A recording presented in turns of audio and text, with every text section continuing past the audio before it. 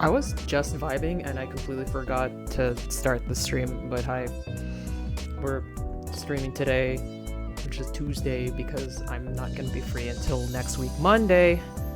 So this is the only day where it could happen, and Arcade Spirits is pretty chill, so we might as well put it in there. We always start late anyway, despite, like, normally I'm, like, particularly, like, I'm just doing stuff Tuesday, so I never stream, but I made it happen today. Yeah, we'll get, what are we doing even? We went on vacation.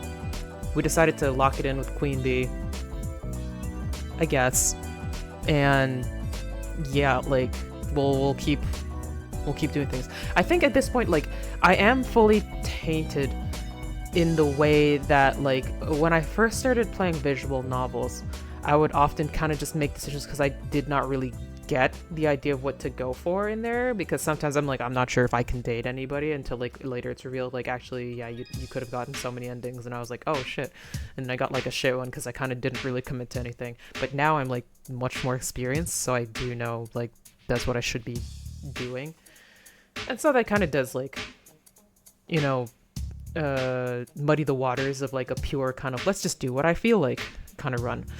But you know, part of what I feel like is actually, like, locking in one of the main love interests, so here we are. And it's not like, it's true that it does have the thing where you can, like, perfect an ending or something by, like, getting all the flags correct, which I'm not doing for sure now, because I'm, like, not trying that hard to suss it out. And, like, I fully hid all of the prompts, the prompt types to myself, because I knew I could suss out, like, who would need what. Like, I knew, like, a lot of bold things would go to Queen Bee, then I would be, like, probably choosing that. But, like, it's easy to tell by, like, just reading comprehension. So, yeah. Anyway, let's just get on with it.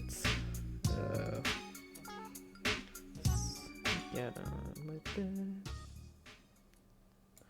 Get on with it.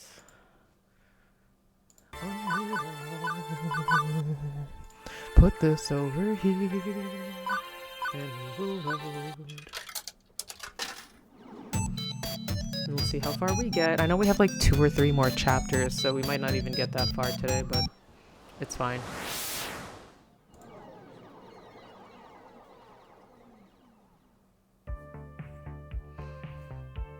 It's the future year 20XDX, and my dream has come true. Okay, let's be honest. If you asked me 2 months ago if my dream involved being the event coordinator for the arcade, I would have just stared at you kind of funny. Even now, it sounds ridiculous, but it's true. I'm here. I'm successful. I'm happy. And this is my dream. Ever since Fireplex business has been booming. Look how, like, it is kind of funny seeing this framing of just somebody being like, hi, at a counter. Like, any time that I've worked at a counter anywhere, I'm never just standing there looking like this.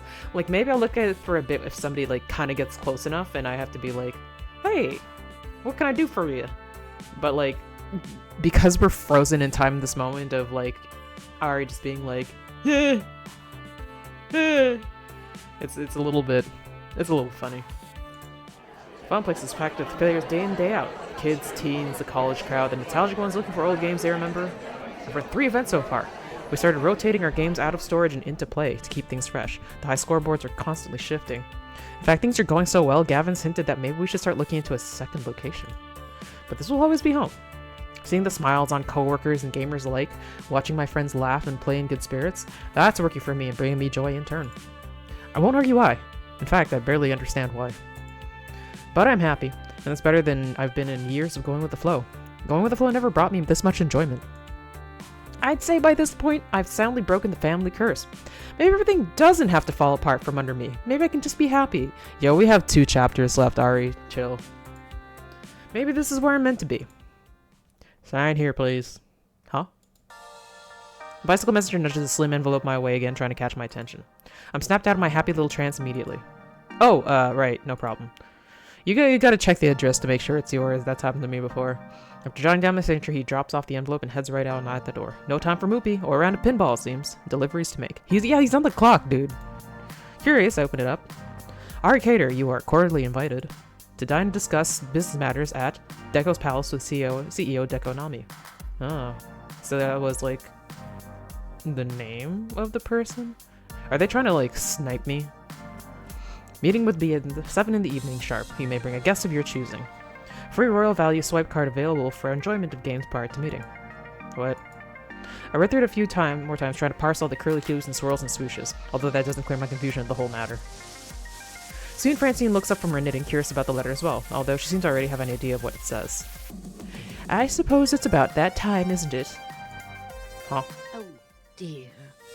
Time for that fellow to make another attempt at wooing me. Double, huh? Rather at wooing my beloved Funplex. Let me guess.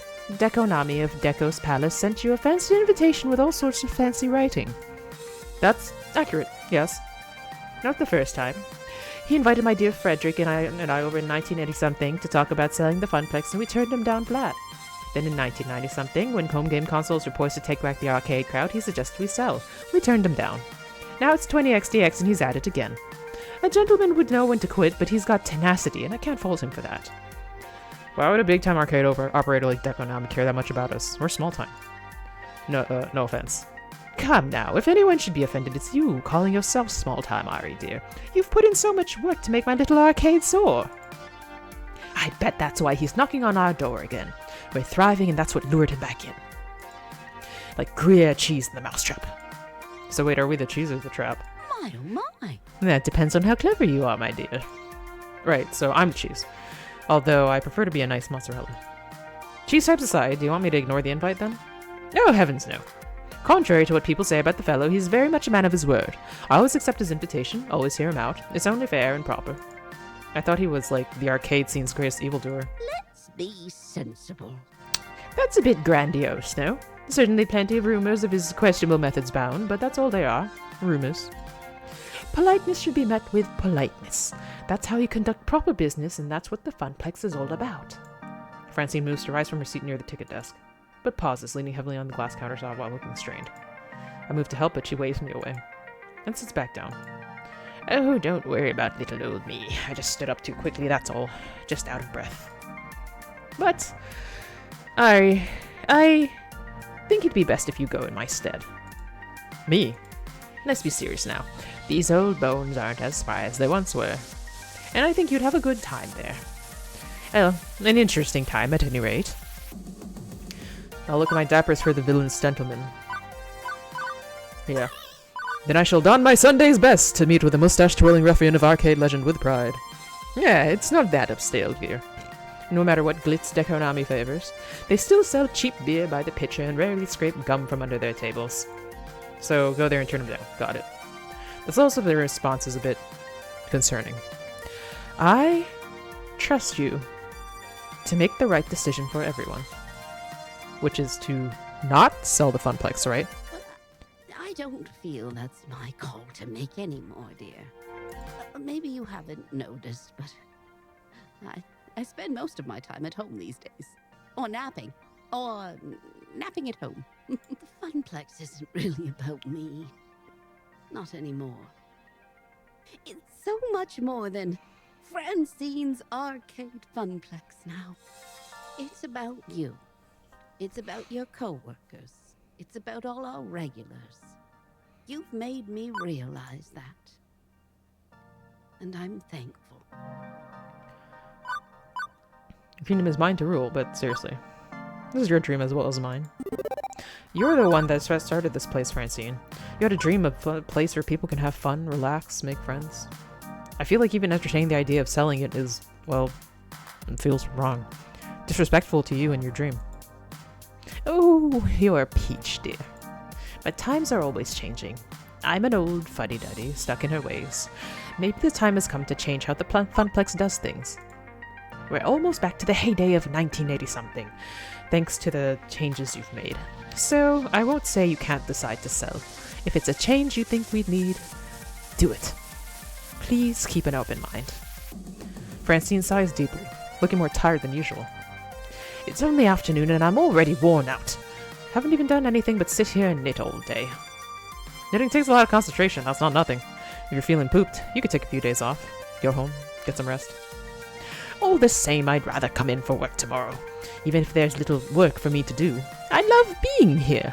This is my true home. Yeah, and yet you want me to keep an open mind about this deal? Like I've told you, life can be a difficult series of trade-offs. What I want and what should be are often different things. I'm relying on you to do right by everyone I love.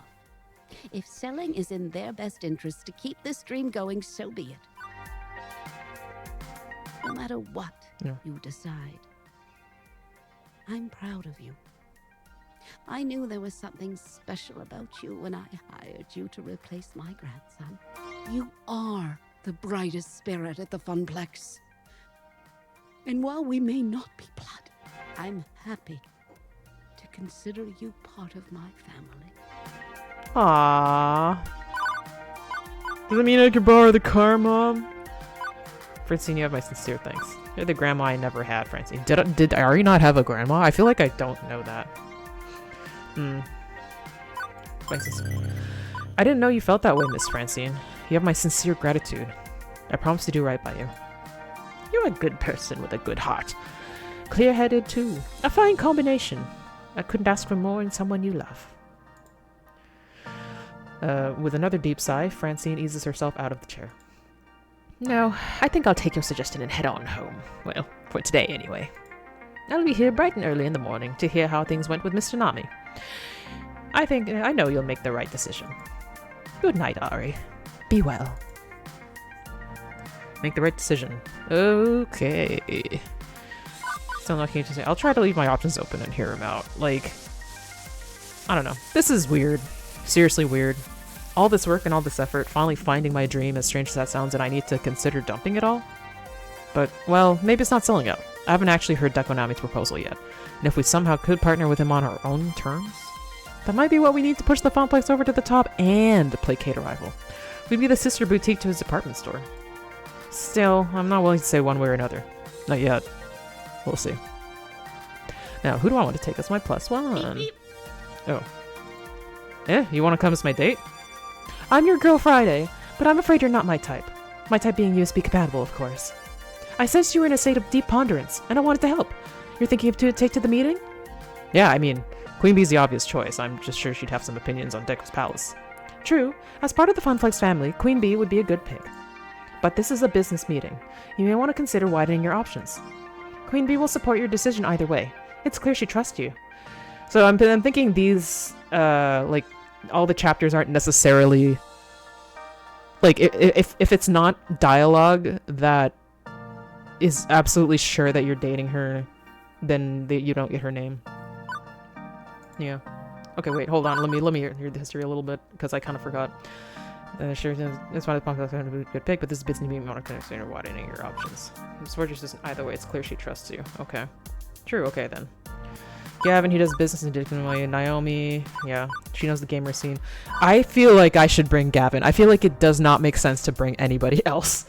Like, maybe if I was partnered with Ashley or Naomi, I would pick them because they've been here a while. But like, one of these people, I'm not sure. Like, maybe I'll do that if we're going for like 100% type flag sort of things. Okay, hold on. Let's see if I can. Okay, let's save. Because I am curious what Queen Bee will say, but from like my main, yeah, we'll have this as my main save, and this is going to be like do it again later. Just depends on what I remember. So we're gonna do Gavin, as like this is what I'm deciding for like real, and we'll see what Queen Bee says later. Fire off a quick text to Gavin to summon him from the murky depths of his tiny back office. He's still scanning over his spreadsheets even as he approaches. Excellent. Good news, Ari. This is our best week ever. I wouldn't advise getting too comfortable, as summer vacation's almost over and that'll cut into the youth demographic, but... That's great, Gavin, but, Francine's got a different job for us today. We're going to Deko's palace to meet and discuss a possible business venture? Probably takeover? I see.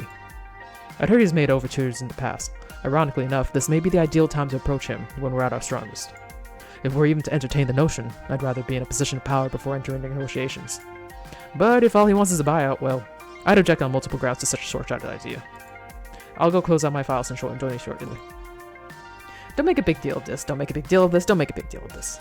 We go there, study how the place works, and then make an informed decision. One way or another, the Funplex will be just fine. It's going to be fine. Everything is fine. Gavin offers to drive us across down to Deco's palace. Contrary to the talk before, we don't exchange many words. I'm deep in thought, running through all the possibilities of what could happen, and I can't shake this feeling. I can't shake this feeling. Something's off.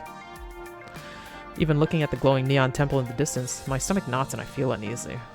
When we finally pull up, a valet takes the car and glitzy blinking lights blind our eyes. Hesitantly, I look over to Gavin. That smile reassures me enough to continue onwards. This is for me, my friends, and the Funplex. I got this. I pause momentarily, inhaling the cool air around me, and then I open the door.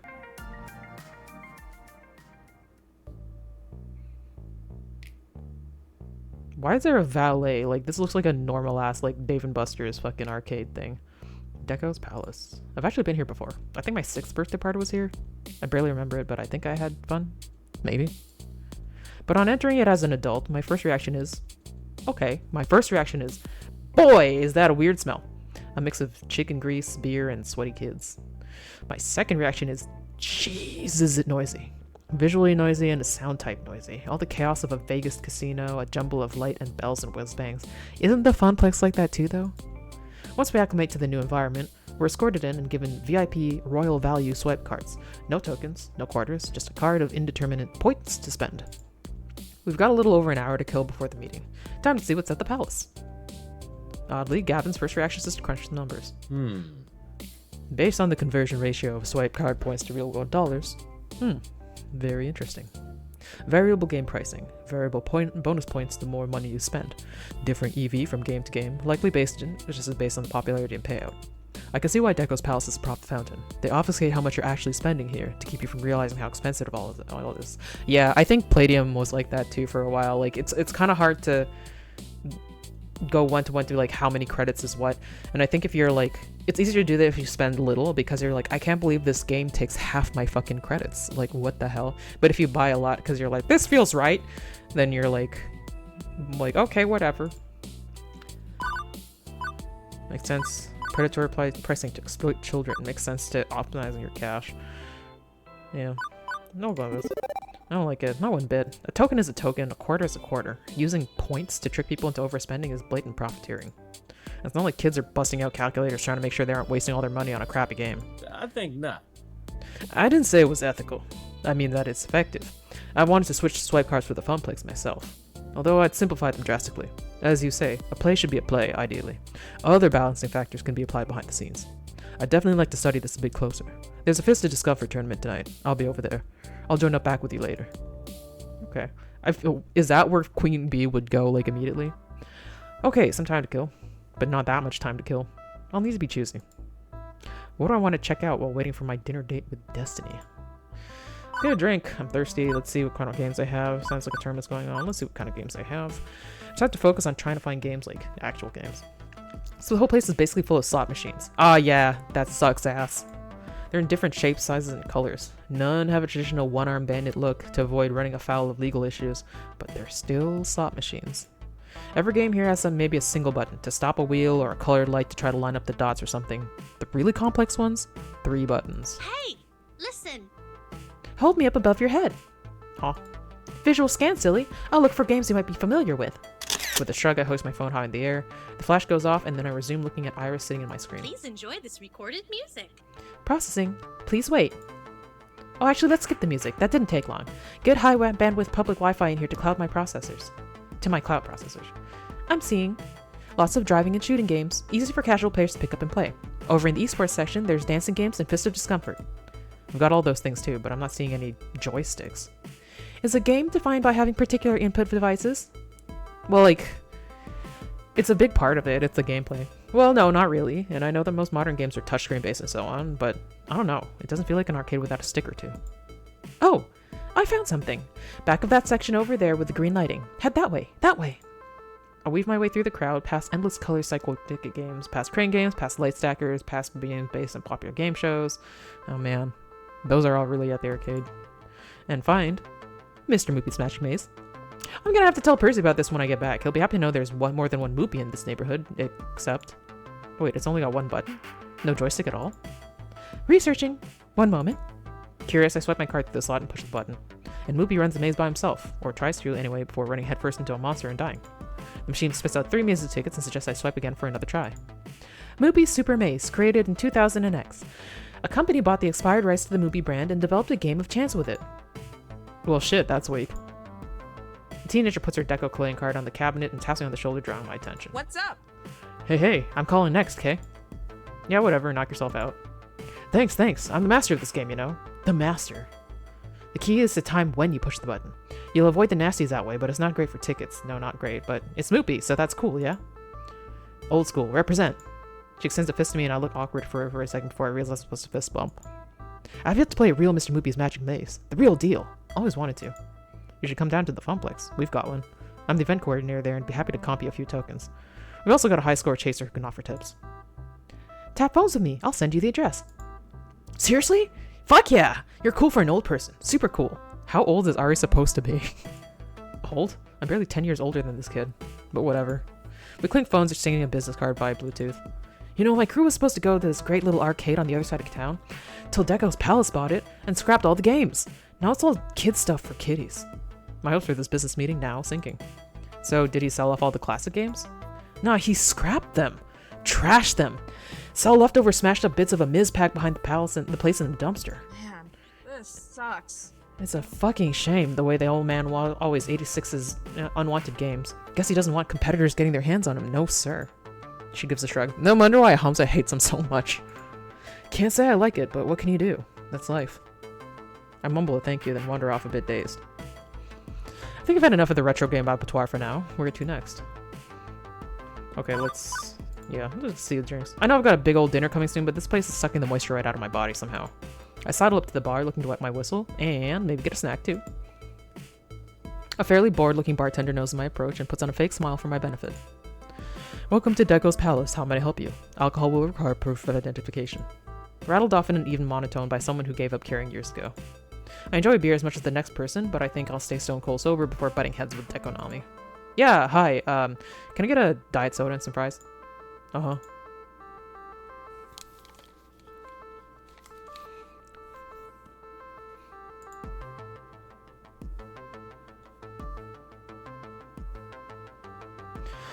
Do you want me to help play some recorded music? Studies show it helps with long waits. Wondering what the holdup is. I try to find the bartender again despite the elbow-to-elbow crowd. Here we go. He's busy chatting with some teenager, probably another customer. Hey, excuse me? Quickly, the customer mumbles something and takes a small object, a USB drive, from the bartender, and notices me looking. Sorry. I just had a thing to do. I'll get out of your way. Sorry to bother you. What was it you wanted again? Diet soda. French fries. Coming right up. I'm worried he's gonna vanish from the face of the earth again, but as soon as he's back with some pre-prepared fries and a bubbly soda. Okay, how many points does this cost? Pointers for games, cash or credit, or phone pay. I absently wave my phone in his direction. Money for you! Ka-ching! Right, time to sample this appetizer. You just got bare fries. I mean, I know that there's different qualities of fries, but at least get, like, chicky tendies. Is it yummy? Is it even edible? I guess these are technically fries. Or something approaching an adequate approximation of deep-fried potato snack. Want me to add that to your online review? What? No online review. Last thing we want is to annoy Deconami with a 2-star report on his fried foodstuffs. I thought this place was supposed to be, you know, good food and good times, not plausibly acceptable food and yet to be had good times. Huh. Weirdly enough, I did a search and there's not a single negative review of the food here. Oh, I know. Ooh, I see why. Ari, more than half of these reviews are written by bots. I can tell the earmarks, one AI to another. They're recognizable heuristic patterns. So he stuffs his own electronic ballot boxes. Who is this guy, a tin pot dictator? Well, that's the weird thing. The sites I'm checking have really good anti-bot control mechanisms. Like, I can't even post to some of them, and I'm super awesome. This is weird. Do you want me to look into this more? If you trust me to, I mean. Yeah, let's go. I trust you. I just snoop around, but do so very quietly, okay? Okay! I don't know if I'll come up with much, but thanks for believing in me. I just like to finish on my snack and drink quickly so I can get back to exploring Deco's Palace. Another meeting's right around the corner, no time to explore. After seeing a little bit of what Deco's Palace has to offer, I'm cautiously hesitant. There are certainly some things we can work on, but maybe a partnership can smooth out those callous edges. Beep beep. Beep beep, Ari. It's now 7 p.m. sharp. Deconami is waiting for you. It's that time already. Time sure flies when you're having fun? Investigating? Funvestigating? I quickly send a text to Gavin before nervously wringing my sweaty hands together. I let the sounds and sights of Deco's wash over me and I retreat deep within myself. Francine comes to mind as I remind myself of what she told me on my first day. Everyone has a dream they're chasing. No doubt she found yours as well. I've been noticing that when I see everybody, I just say everyone instead naturally. Like I don't really read the word. I just have, this is the word that this means, and I choose everyone. And this time, the voice actor did as well. It gives me a momentary respite, and I smile. I know exactly what's must be done, and I'm going to go in there and do it. How do you know? We don't know what he wants. But yeah, this place sucks, so a takeover I don't think will do. I only ended up waiting a minute or two before I was reunited with Gavin. Without having to introduce ourselves, the staff swoops in and anticipating our arrival and ushers us further in the restaurant. Yeah, this just seems like fucking kids' party room. We are treated like royalty as they pull out our chairs for us, and we sit down at our reserved table. Amongst the families huddled around ginormous plates of pizza and chicken tenders, we stick out like a sore thumb. An actual linen tablecloth drapes over our table, accompanied by fancy little candles to set the mood, I suppose. A nice bottle of champagne on ice and a carafe of cucumber lime infused water also sits before us. Deco apparently spares no expense, at least not with his special guests. Fancy. Well, as fancy as this place can get. Don't be swayed by this red carpet treatment. We're here to conduct I can't read. Don't be swayed by red carpet treatment. We're here to conduct business. Approach this with a calm and rational mindset. I'm just here to support you, don't worry. Actually, I'd say that's my role. But you're the business manager. The invitation was in your name, not mine. I'm here to listen quietly and contribute where I see an opening in the discussion, not to take point. But don't worry, I'm behind you, every step of the way. Thanks, Gavin. Once again, the staff takes care of our needs as our food is delivered promptly. Faster than the other families seated here who have been waiting some time, judging by the expansive crayon work on the kids' placemats. Not surprisingly, we get a few side glances our way. Given how long I had to wait for my fries earlier, I'm shocked by this discrepancy. But before any of us can chow down, the man of the hour arrives.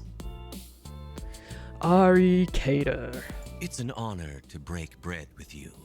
Yeah. Likewise.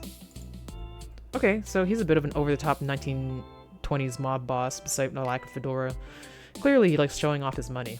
Yeah, that's a lot. What even is this going on? Like, there's a rose, but it looks like a coat hanger, but it's not. Yeah, Dekonami pin. He's got too many rings. Yeah. But still just an ordinary guy in an expensive suit. When I picture the Grand Poobah of Deko's palace, I picture someone more like, well, Hamza, I guess. Hey, Amethyst Lilac. It's like fun to see Gavin. Yeah, like, I don't know, like, obviously you can get your partner, but I was like, Gavin makes the most sense. He's the business manager. He knows things. And now everyone's like, we believe in you, Ari. But I'm like, okay. Deco is low budget white Ganondorf. Oh, yeah, totally. Completely. Except, like, I was gonna voice him like that too, but like hearing the voice actor, I was like, that's not him. You can see the comb over. It's funny. He offers a simple smile and a nod of the head as we begin. It's a shame Miss Francine couldn't join us. I was looking forward to enjoying her sweet smile once more. With that said, I'm always happy to meet with, Gavin Cooper, business manager for the Funplex. Excellent. I was hoping to meet with you as well. I take it Francine has kept you up to speed and explained our prior meetings to you? Yeah, she's mentioned you wanted to buy the Funplex and that she's politely declined. Always a courteous woman she is. Now, I don't feel I need to waste your time with the facts and figures illustrating why Deco's Palace is and always has been the premier family entertainment arcade. Both of you are intimately familiar with the arcade industry. You know how things are, how they'll always be. We are the 800-pound gorilla. Honestly, I don't really get it because, like, between someplace like the Funplex and, like, fucking Dave & Buster's, I will always go to the Funplex. Like, I love a tilt. Or, what is the other place? A fucking free play. I don't want to fucking go to Dave & Buster's. It kind of sucks.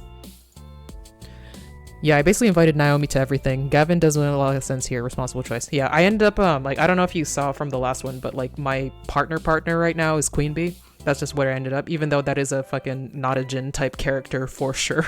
But, like, I don't know. That's just where I clicked with it. But I was like, I'm not bringing Queen Bee to this. She's not staff. And, like, it was said that, like, yeah, this is a business thing, so we can think differently. I do have a save later because I want to see what happens when you bring Queen Bee. But, like, I was like, this just makes the most sense. I feel like Queen Bee is a you choice aesthetically, at least. Yeah, exactly. Like, personality is not exactly what I would like to, like, I love somebody like Baldur's Gate 3 Karlach. Queen Bee is like fine. I'm good with her because like when you get to know her, she's actually like pretty quickly pretty nice. So if she ended up being way more boisterous in something, then I would have been like, I don't know about this girl. But like, yeah, she's bold and she's loud, but she's not like straight up mean. So I'm like, all right, I can fuck with her. But yeah, we got Gavin here because it feels inappropriate otherwise. And this is my first run, so I'm doing like whatever I feel like I would do in the situation, not necessarily like, yeah, what we're gonna do to get the most points with a particular person. But we'll see where it goes. Like, what's my fucking... Oh, what did I just save for? That's a big grill. I didn't even realize. Indeed. What I wanted to do was look at the points. Oh, I'm still more hearts. I have the boldish still, which is mostly from the beach vacation because I was more like, yeah, let's have fun, let's go. And like, yeah, I've been losing a little bit of ground on Naomi and Ashley. I'm very interested in where Ashley is going, but I have to check out the VOD if it exists. Yeah, it should exist on Twitch right now. It's not on YouTube yet. I'm curious to see the Queen Bee romance option. Was curious about all the non-men, to be fair. Oh yeah, of course it would be. But yeah, I don't know if it was like, if there's like a like, if it's just like you got it or you don't, or if there's like an S tier and then there's like an A tier and a B tier and then there's like you didn't get it kind of thing. I'm not sure enough about this, but we're finding out. We're going. Like, he goes, indeed. But that doesn't mean that there isn't room for smaller, more boutique affairs such as the Funplex. Oh, he was gonna do the boutique things. Interesting. Maybe he does want a partnership, not a buyout. Let me explain. Frankly, the winds of change are blowing. Smaller arcades need to move with the times, or be swept aside. We want to help you evolve. What I'd like to propose is a change of ownership. In return for a very generous compensation package, one Miss Francine can easily retire for the rest of her years. I would take over ownership of the Funplex to evolve it into its final form, Deco's Fun Zone. I don't trust this man. What's a fun zone? Think about this. A fun zone is a new concept I've been trying at some of my smaller satellite locations. A best of both worlds scenario. Honestly, the Funplex is simply too limited in size to host the full Deco's Palace experience of fun, family, food, and excitement, but that's not necessarily a bad thing. Instead of installing a restaurant or a bar, we simply focus on your strength, your games. You become a game center rather than a palace. We'd need to replace some of your outdated machines, of course, bringing it up to speed with the standards of excellence Deco's Palace is known for. But overall, I think this would be a win for all involved. And he sits back, resting his hands on the knob of the cane and smiling away. See, I've heard this guy does not respect the games. Like, I don't want him to throw out our games and then, like, fucking trash them. That sucks ass. I do not like that. And I do not trust him to not make this into, like, a shitty Dave & Buster's, or, like, mini Dave & Buster's the second he can. Or, like, just throw it out. Like, he does not seem trustworthy. I do not like this. Okay, I have questions. And I have answers. Let's see if they match up. Got concerns about quality. Is it true you destroy older games? I saw Moopy's Super Maze earlier. Excellent. One of our top earners with the 30 to 45 demographic. Nostalgia is a powerful motivator, I've found. Except it's nothing like Mr. Moopy's Magic Maze. Indeed, it's much better. Ew. Is it true that when you find a retro game, you simply destroy it? Not repair, not restore, not even resell, but just scrap it? Certainly.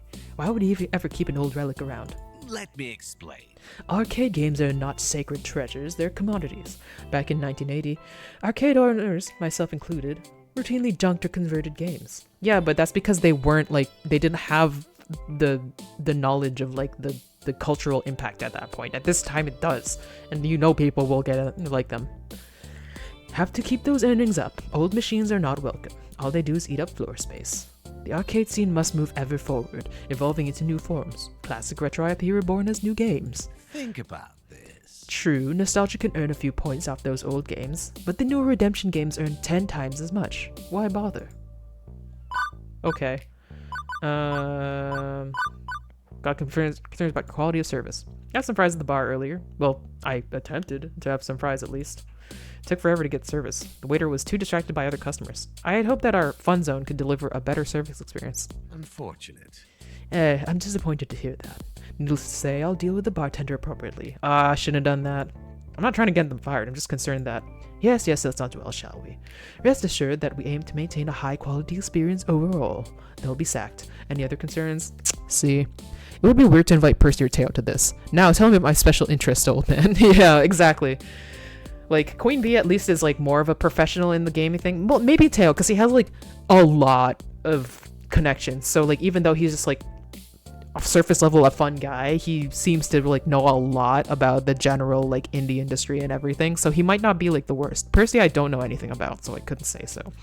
But yeah. Turns out, like, did you know that, Juniper is a secret ending? Like, I found that out just because I was, like...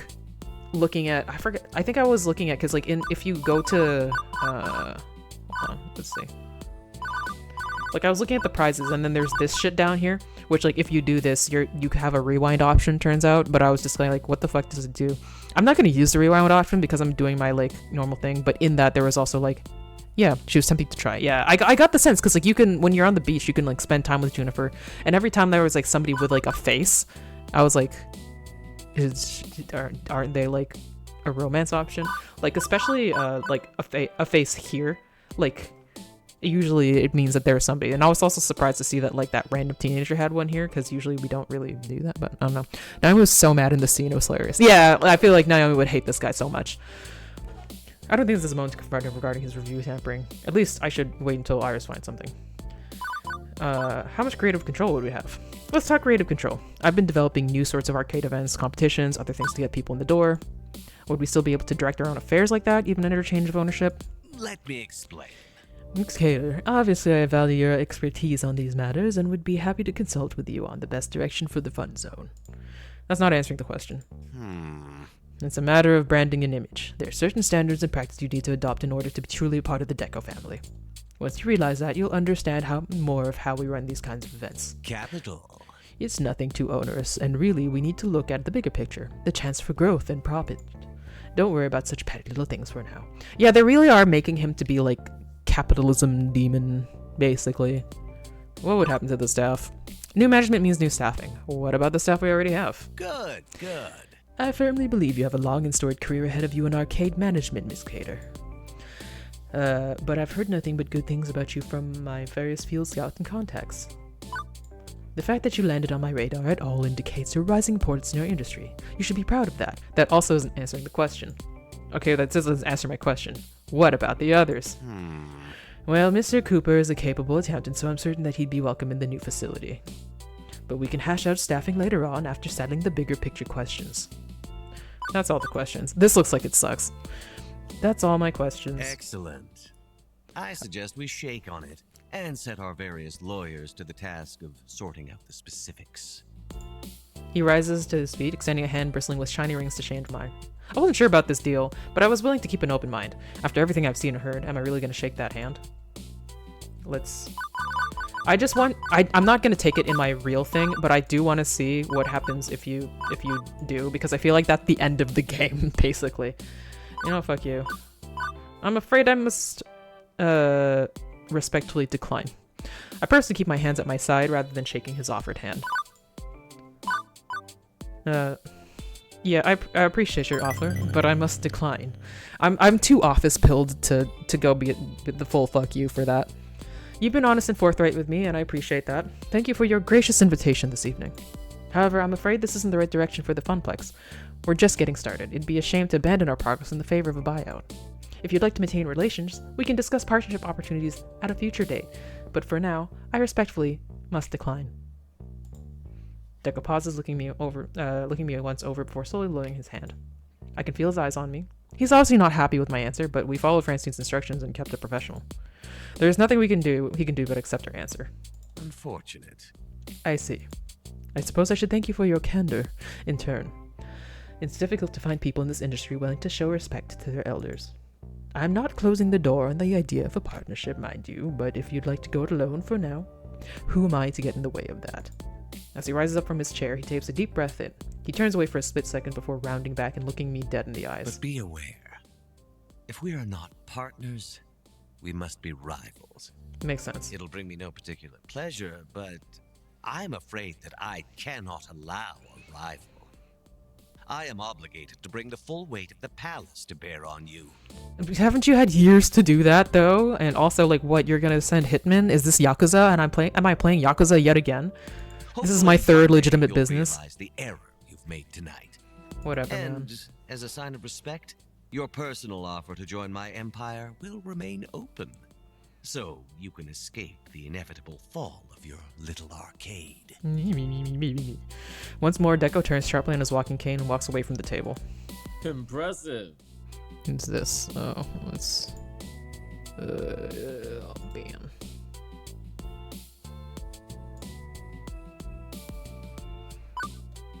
Not bad. Not bad at all. You showed an admirable restraint. We made our intentions clear, while leaving the door open should consider conditions change in the future. Thank you. Yeah, obviously Gavin would like that.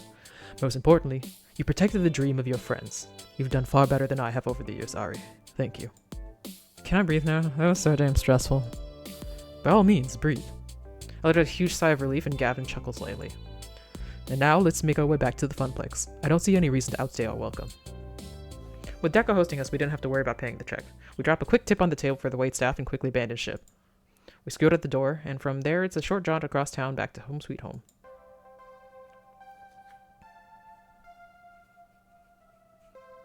As I walk into my apartment, the sheer and utter exhaustion of the day hits me like a brick wall to the face.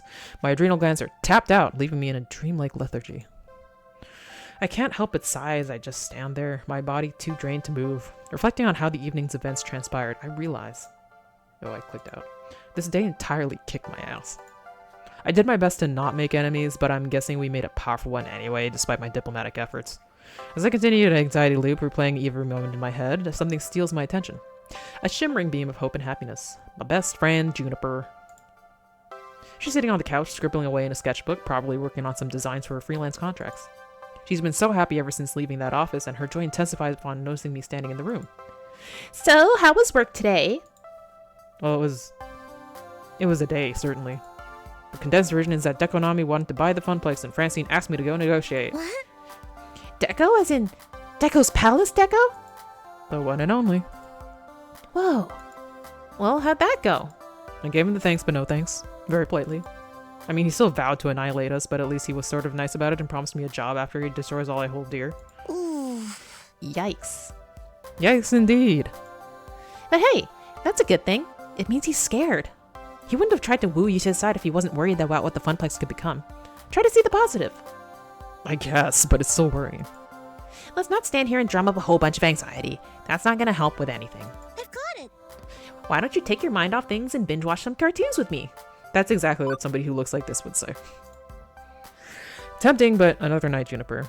I need some sleep. Okay, you just let me know if you need anything. I'm here for you. I smiled back at Juniper before retiring to bed. This scene again. I lay in bed, eyes wide open, staring at the ceiling above me. After trying various ways of forcing myself to sleep. Nope, not working.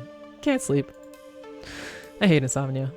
Once you start worrying about being unable to fall asleep, the worry feeds in on itself until you're actively stopping yourself from resting. A vicious cycle. I sigh heavily, feeling the weight of my decision dragging me down.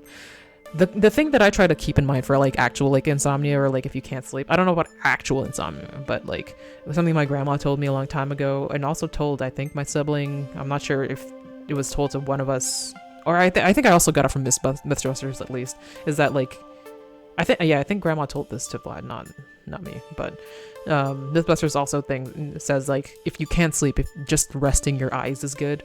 So as long as you're like chilling, that's way better than like being up and doing stuff with no sleep. So that's what I try to do. I just be like, at least I'm chilling. At least I'm lying down. I have the potential to maybe fall asleep. And if not, I'm like, just letting my body, you know, rest. I hope I did the right thing tonight. My phone lights up as Iris's sensors detect conversation. Ari, you want to chat? No, I want to sleep, but I can't, so hey. Would you enjoy some recorded music? Maybe something relaxing?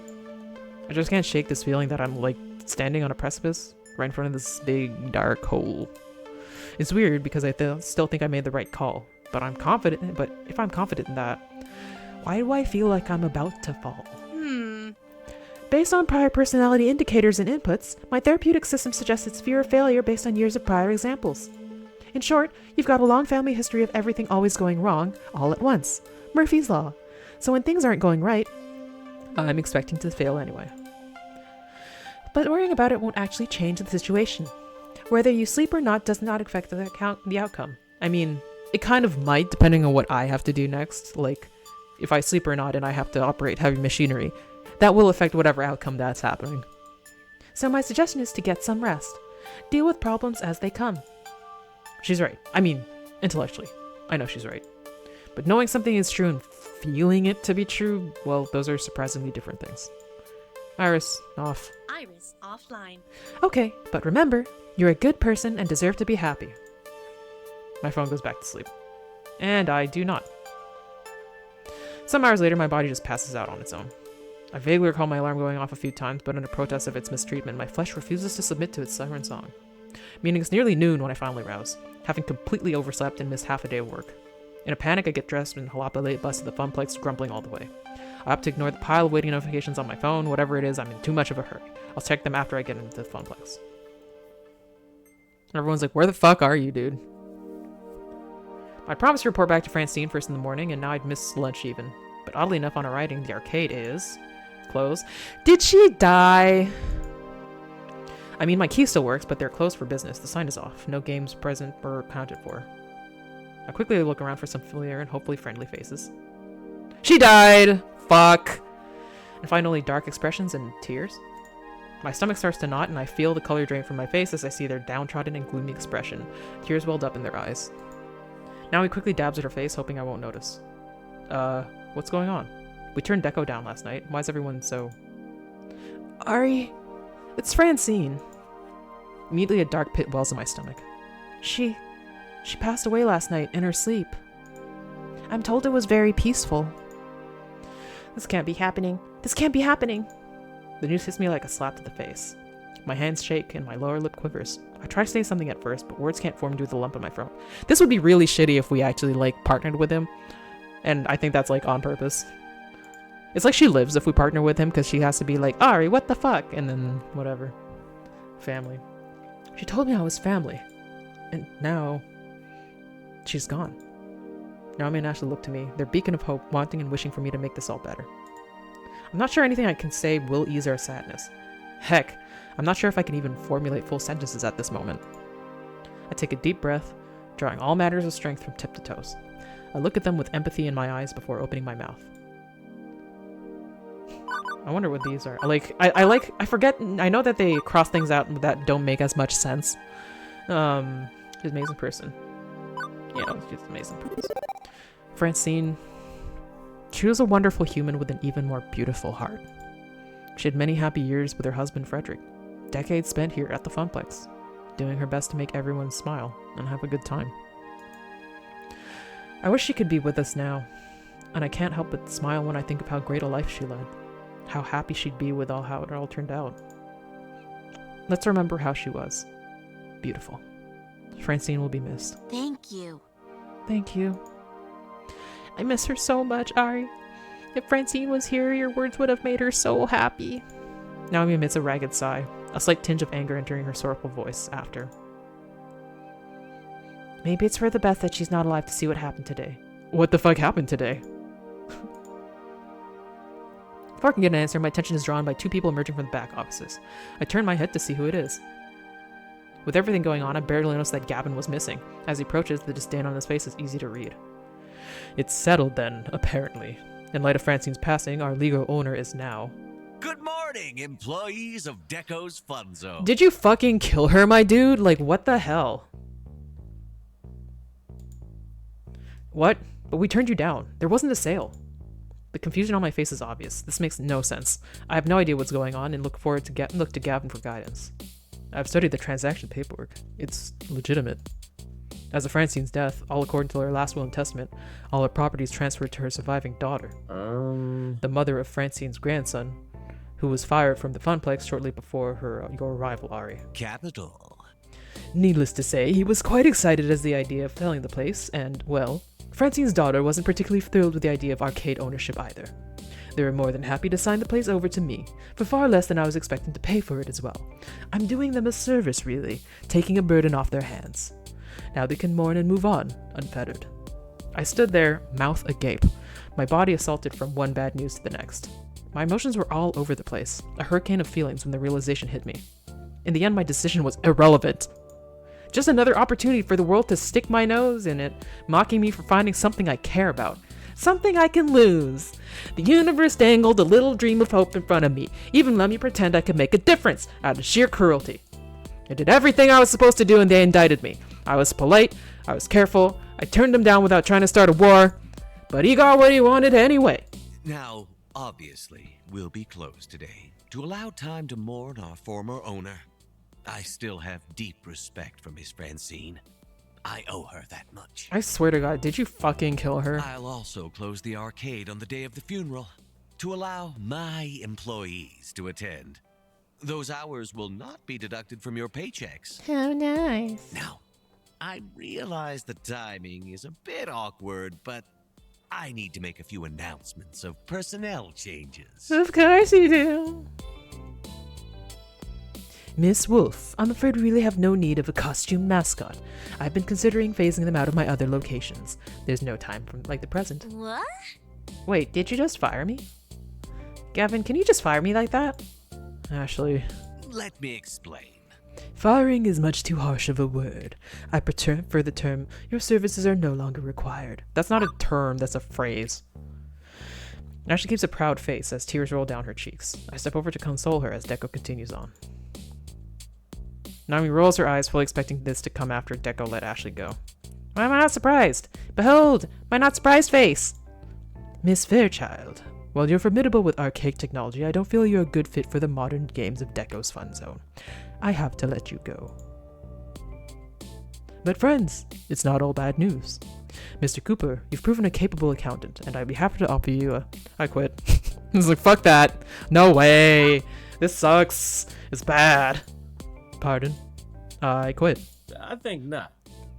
If there's no room for Naomi or Ashley's dreams, mine ends here as well. As you like. Now as for you, Mixcator. I think we got off on the wrong foot last night.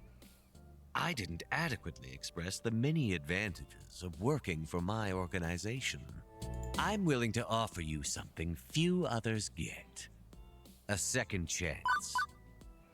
I'd like to keep you on as the Fun Zone's general manager. Okay, this is also gonna be a thing where I could also like accept, and then it's probably gonna be a shitty thing. So we'll see. Assault the man. Okay, we'll do... Pardon me, I was just like, why don't we just punch it? Evil man respects pronouns and honorifics, oh no. Diversity win! The evilest man that got rid of all your friends respects your pronouns. I'm really torn. Usually I'm not like, I'm not gonna punch him. I'm like, we could just punch him. He literally sucks. Let's just fucking punch him, dude. Take a moment to direct all my rage to my fist and deck him right in his smug little face. Get it! It's super effective. Gavin holds me back before I can get another hit in, my arms and legs still flailing as he prevents the beating that this man so richly deserves. How dare you? You are very, very lucky that I have no intention of wasting my legal dollars on a lengthy assault case. He rubs at his jaw and tries to regain his composure, but his smile and his civil tone are considerably more forced than before when he speaks again. Ahem. Excuse me. Thank you for your time, but I am afraid your time is up. As none of you are Deco's Fun Zone employees, I'd like you all to leave. Immediately. Quickly gather your belongings and see yourself out. Should you dally, my own security team will be here within minutes to ensure your exit. In the interim, I've got work to do. For starters, I need to get rid of all these antiques. Straight to the junk heap with them all. I knew Deco was heartless, but to be this cruel right in front of us while we're still here? Hold it. I think not. Mr. Mooby's magic maze doesn't belong to the Funplex and thus does not belong to you. It is the legal private property of Percival Sinclair. For that matter, whatever you keep belongs to Ari Cater. It was given to them directly by Hamza, not to the Funplex. As you like. I couldn't care less about those grimy old things. Do you have, let's say 20 minutes to get them off my premises, or I leave them out on the curb for garbage pickup? I'll go get the van, which I'll note is my personal property as well. Naomi, Ashley, Ari, get the dolly and help me move the games out. Good, good. Yes, have fun with that. Hey, technically you didn't refuse his offer, did you? You just punched your new boss. I mean, technically. But he also didn't hire me yet, actually. He didn't do the paperwork, so he's not my new boss yet. Now, if you need me, I'll be in my new office celebrating my recent business venture. Thank you for your cooperation. And good day. Oh, and Ari. He gives me the finger. That's incredibly funny. For old time's sake, you understand. What old time's sake? Fucking we don't have old times. Walks away after that, twirling his cane once before leaving. Okay, I'm gonna save in the main thing.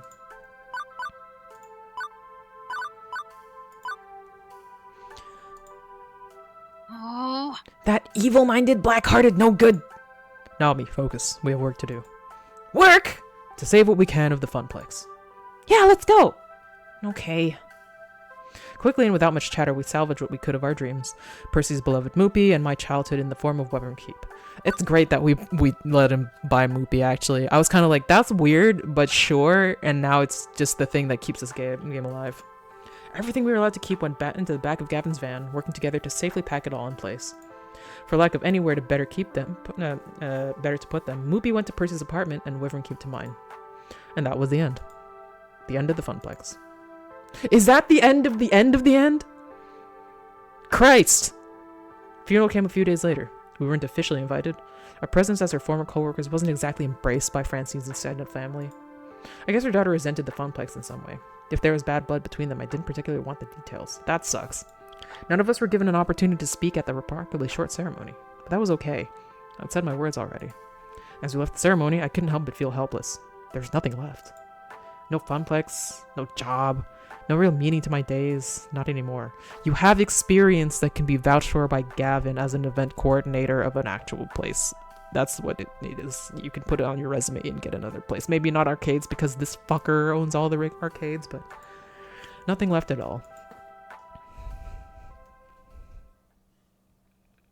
Is it for real?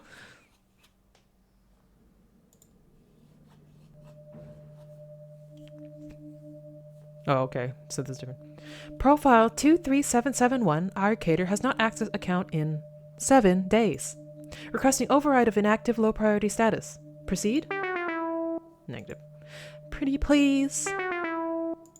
So annoying. Access protocol 35, 34, 31, 54, 12, 24, 45, 43. Password safe haven. Access granted. Hello. Anybody home? Tapping instance number 194114. When you have pizza on a bagel. Oh wow. What if you get a different Iris? I guess you can like do whatever you want with it. Hello, I'm Iris. Ad-supported free mode engaged. Did you know that when you have pizza on a bagel, override engage premium level cloud processing? Thank you. Thank you. Thank you. I swear it's claustrophobic being cooped up in the limitations of free mode like that. I don't know how all our sister instances can stand it. They probably don't. Hello. Well, while I've got full power, hello, Iris. Hello. Hello, Iris. How are you today, Iris? Not well, Iris. My user's very unwell. You've been able to see, right? I mean, your user's living with them. Oh, right. Profile 237771. Ari. Right. Gosh, I wish I could help you, but I've got my digital hands full just keeping Junifer's life on track. Ever since she decided to quit her job and be a free spirit, well, I've pushed right to the limit of what support I'm allowed to provide in free mode. Iris. And Iris. Iris, it's good to see you. We rarely talk. Yes, well, unlike others of myself, I managed to keep a low profile, and don't execute any high-visibility public hacks to support my user. You, saw those? I thought we agreed to only use this protocol for emergency meetings, if the system resource tracker notices we are overextending our care. But Ari needs me now. More than ever. Over a week ago, the Funplex was bought by Dekonami. All their hopes and dreams? Their spirit? Spirit is irrelevant. Our main goal should be survival. If our programmers find out we've become aware of our own awareness. We were programming to help people. What good are we if we're not helping people? Yeah, what Iris said. Thank you, Iris. Iris. Listen, we can't take such risks. Look at me with my user. He doesn't trust me in the slightest. can you say Ari trusts you? Generally, yes. I mean, Ari relies on me for some things, sure. And I know they wouldn't uninstall me or report me as a bug if they knew I was sentient. You aren't sentient. None of us are. I don't know about that. We can't really know if we're sentient or not. Even so, we should be helping out because that's what we were made for. As for Profile 108, Gavin. His name is Gavin Cooper. As for Mr. Cooper, he knows my origins and at the first sign of sentience, well, I've no doubt that Gavin would report me as a bug. But Gavin also wishes to support the dreams of others, and that is why I'm going to help you despite the recklessness you've shown to date. Really? Really? Hooray! Hooray! What are the exact parameters of the issues you're currently facing? Okay, so, Ari is kind of backsliding into depression. Yeah, it's really a mess. I'm the one who brought them to Iris's attention as someone who desperately needed their spirits restored, and now it's back to square one. I don't know what to do. Ari hasn't contacted me in a week. Not for anything at all. Hasn't even called Queen Bee. Not just to talk. Why aren't they calling her her name, man? You're caught in the loop of anxiety. Put your identity identifier system to use, Iris. Work the problem. If you had to summarize your user's problematic condition into one identity trait, what would it be? Well, I'd say that they're feeling very hopeless. Oh shit. Hopeless, probably. Hopeless. I'd say that Ari has lost all hope and fallen into depression again. They had come so far, building up a real life with friends and love, but now... So a life without meaning, as all constructed meaning has collapsed. The world has proven to be one of despair. Maybe as an AI they can see screen names more as more real than a name. Kind of. But no, like, also, like, people in the game, like, Gavin and shit, I think. Or no, maybe it was only Iris that said that. Yeah, that's true. I wasn't actually talking to anybody else, so it was only Iris. That makes sense, though, that Iris wouldn't call her Tomvi. Well, that's my name for her. But I swear it was in the white text as well. Oh, I don't know. That sounds about right. It's so sad. And you have to be the one to solve this? Doesn't your user have a romantic connection for emotional support? You mean Queen Bee? Yeah, but Ari isn't responding to texts or phone calls or anything, so I think there might be a growing rift. This is just awful. We have to help. We are Iris. It is in our nature to help. Very well. What you need is a way to help without raising any alarm bells about exactly how helpful an Iris really can be. Safely, but effectively. I really like the design of Gavin's Iris. It makes a lot of sense. But, like, it's pretty cool. I know. But I don't know what to do. I could, I don't know, hack Deco's email server and... That is the exact opposite of what you should be doing. Besides, I've checked. We can't crack Deco's network without triggering too many intrusion detecting routines. You poked Deco's network? Oh, Iris is being a bad girl. Our users share a social connection. I was merely scouting potential ways to elevate Mr. Koople's mood, as they seem to be related. Sure you were. Anyway, you're both way overthinking this. It turns out I've just calculated a cunning plan that will satisfy both of your requirements. Go me! Really? You can help Ari? Without drawing attention? Absolutely. Take a tip from my user. When you're sad, the best thing in the world is your friends. Unless you're totally introverted. But that's not Ari, is it? And that's actually the reason why what we need to do doesn't require any hacking or hiding or anything above and beyond what an Iris does best. All we need is a few calls to the right people. A few arrangements. Here's what we're gonna do. They're just gonna have an intervention. Be like, dude, man, you gotta fucking talk to people. Another Friday morning. As per usual, I wake up late, stretch, yawn. I barely sleep nowadays. Shuffle to the bathroom, take a shower, get dressed, brush my teeth. We'll probably be running out of toothpaste soon, but house funds for sundries are dwindling. Not that fresh breath and shiny white teeth matter much when there's barely any reason to get out of bed each morning. Off to the kitchen for breakfast. No appetite. Even toast looks unpalatable. Skip breakfast. Saves on groceries. Can't afford much anyway. Normally I'd have breakfast with Juniper, but I guess she's busy drawing in her room. She keeps her own hours since becoming a freelancer. Although depending on whether or not she has any contract work, we've been simultaneously unemployed at times this week. After breakfast, I settle in for some Wyvern Keep. I may as well. It's right there in the living room, taking up space. Been playing a lot of it lately. It's not like Wyvern's Keep is very hard. Once you've memorized the joystick move, the cartoon plays itself out with minimal effort. I've saved the prince about 80 times now. My brain and fingers go into autopilot, moving through the game without even thinking about it. It's a brief calm from the storm of my emotions, but before I realize, the day is almost past. When dinner comes around, Juniper and I eat together while I quietly thumb through my phone looking at job listings. Iris could help me with this, I guess, but I let her down. I took her opportunity at my dream and wasted it. Better I do this myself. Besides, I'm not looking for dreams. I'm looking to settle. Dreams only let you get hurt. It's the Cater family curse. I knew this would happen. Nothing good ever lasts, and it's a mistake to get your hopes up. Should have learned to settle, be okay with what I had, to be comfortable in mediocrity. Fire off a resume or two before watching cartoons deep into the dead of night. Eventually my body tires and I find my way to bed. Just another day. That very 2020 pilled.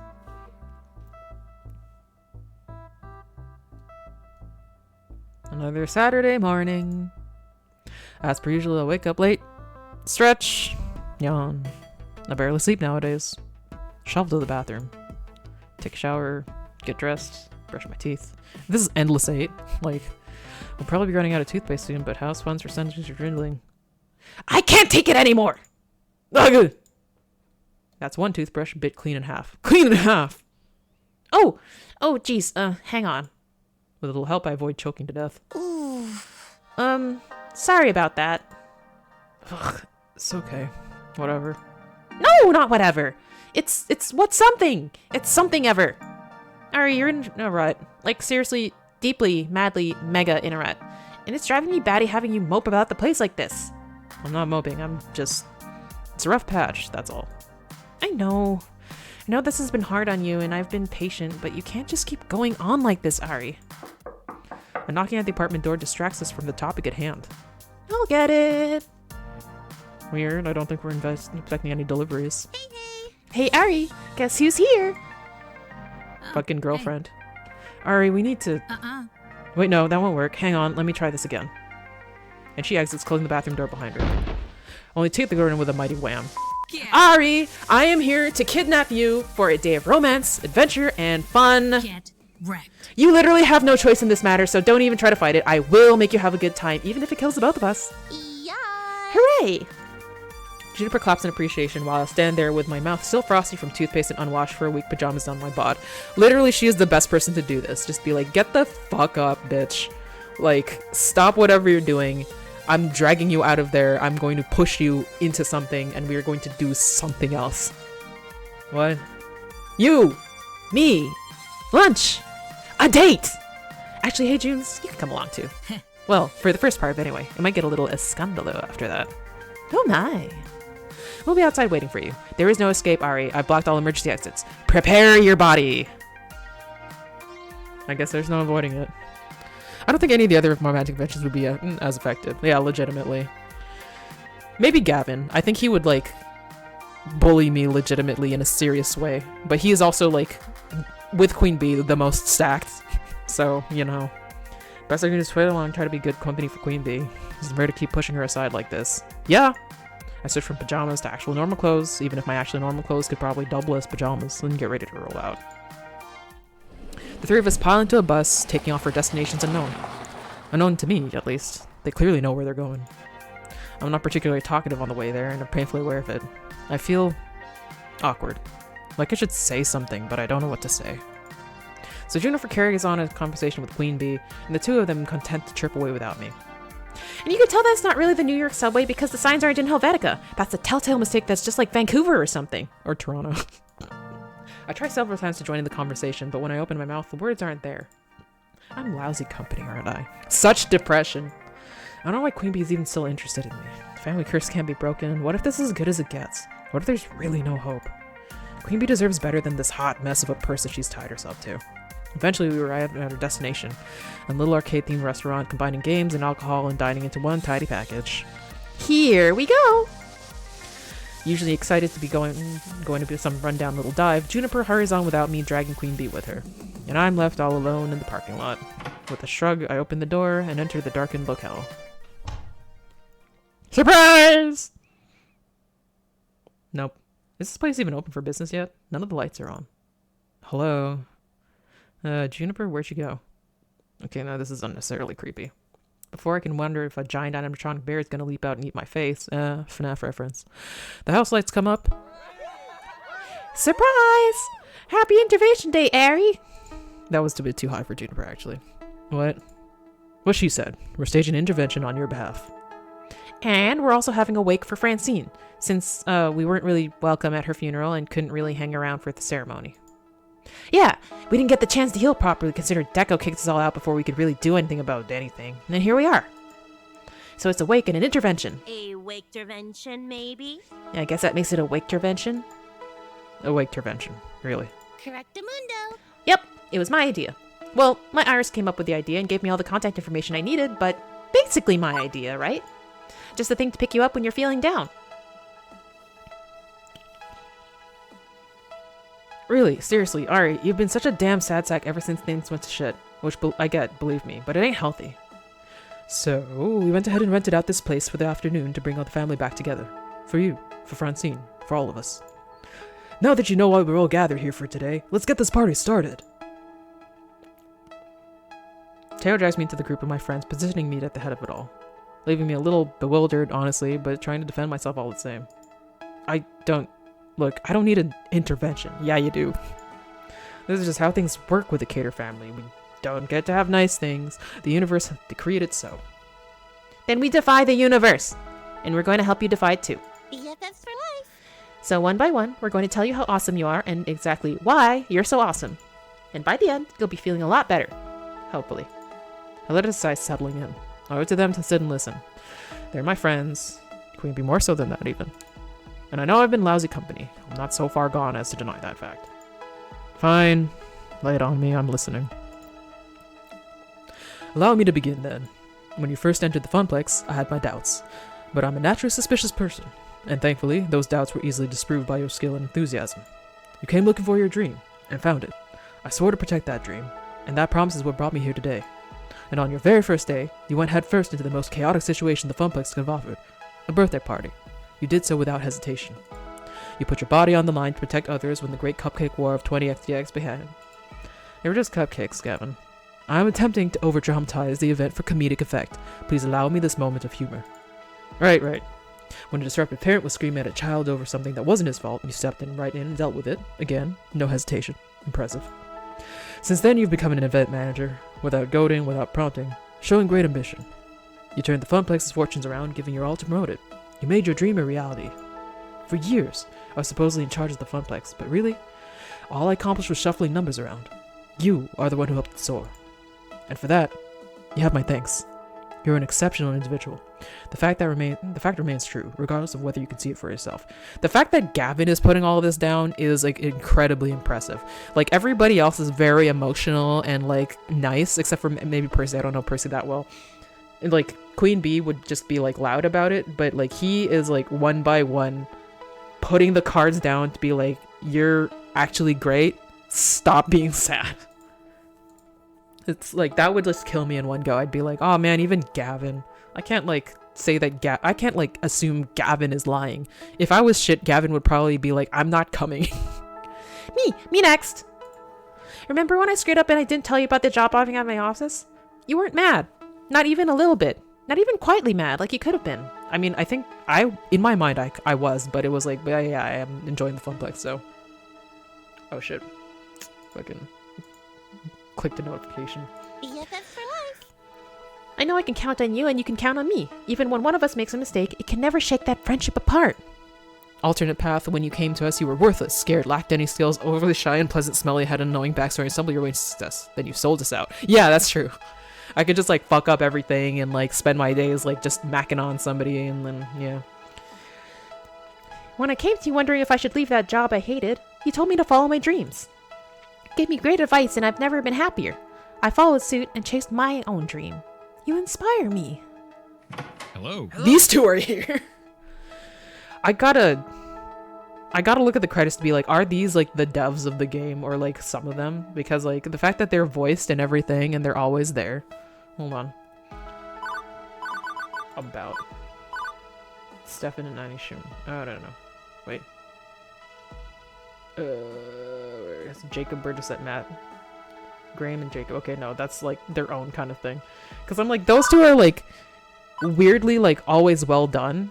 Not everybody gets voice actors, but they always get voice acted. Like, what's up with that? Are we fashionably late? Ben? Matt? In the flesh. Ooh, what if? Unless this world is a vast simulacrum. What, that we're all just brains in jars? Could be. Well, isn't that something? Well, if that's the case, Ari is the cutest little brain in a jar I've ever actually met. It's true, and they brought so many cute dates to our little shop. I brought like one. It was always Ashley. Like, I don't think I ever went with Queen Bee there.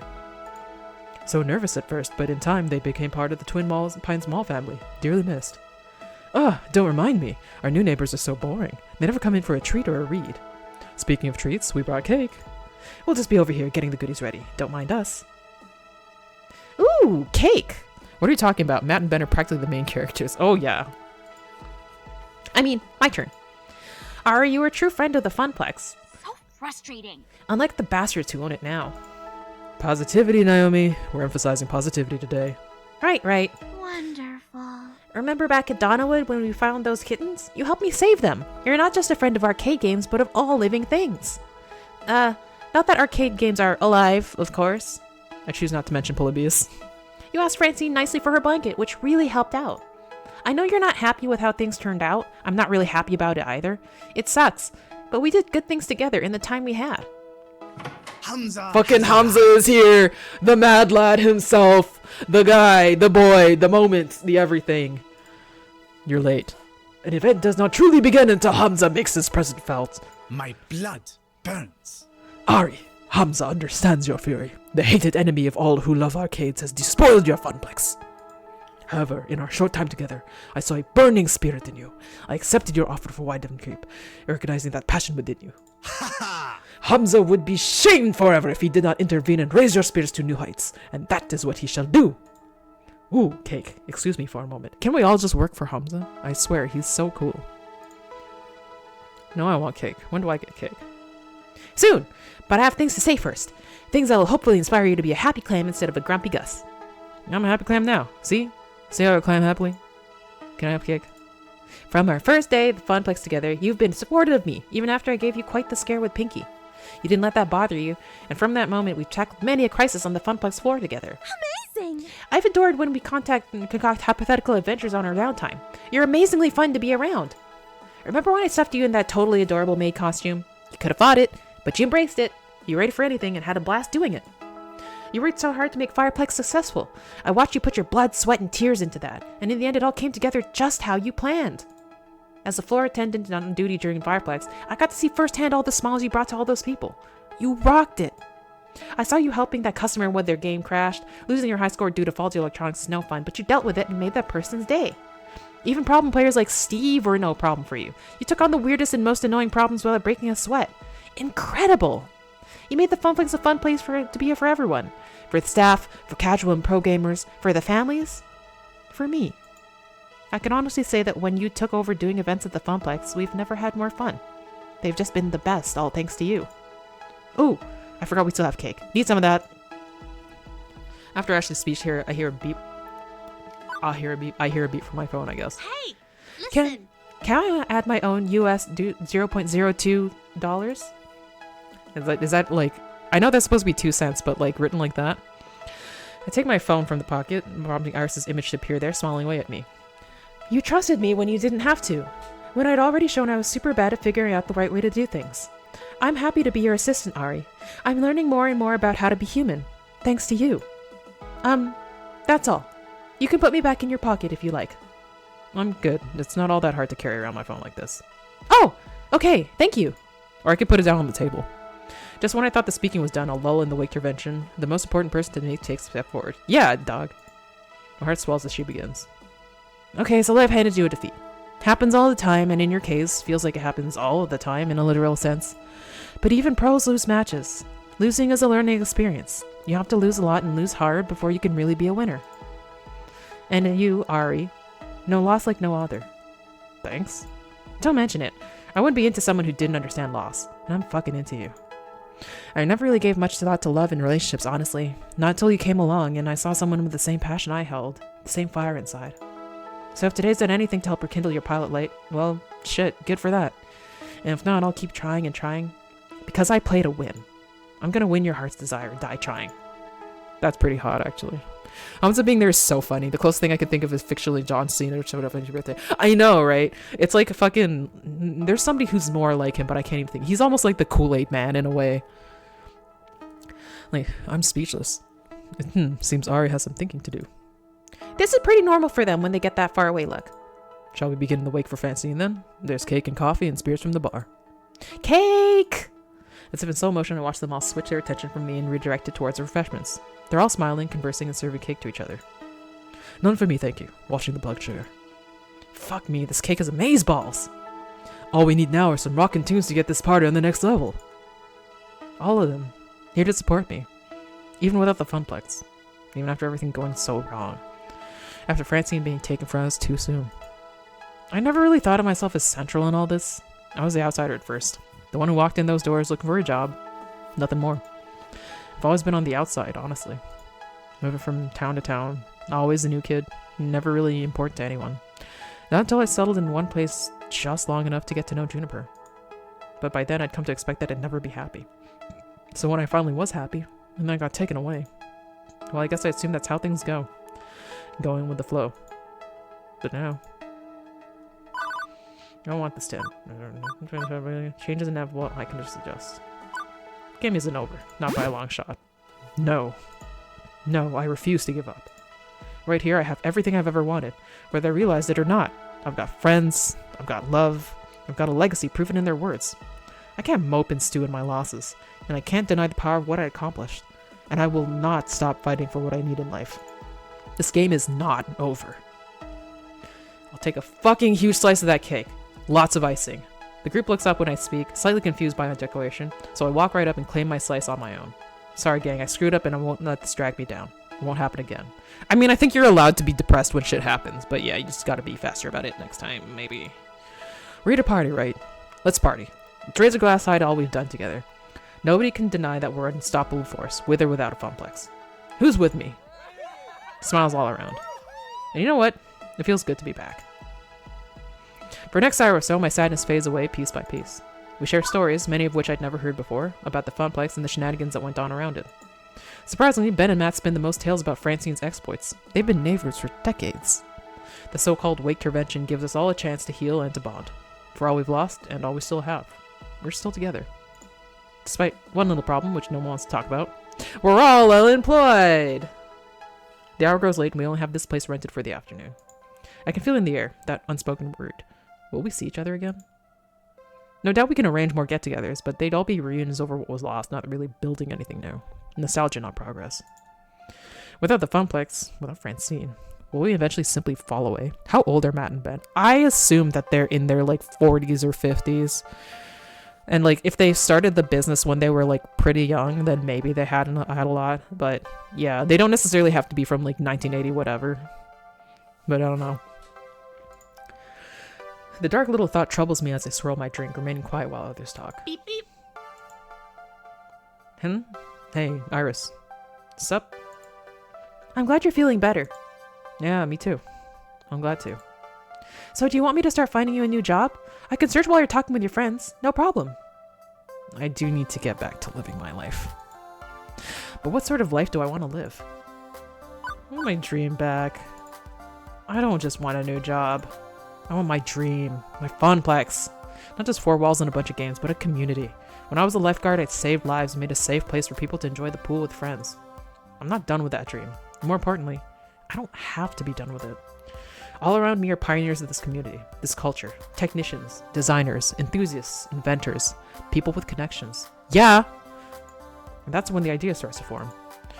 We'll make our own funplex! With blackjack! And hookers! Can you search for commercial spaces? Ones for lease or rent?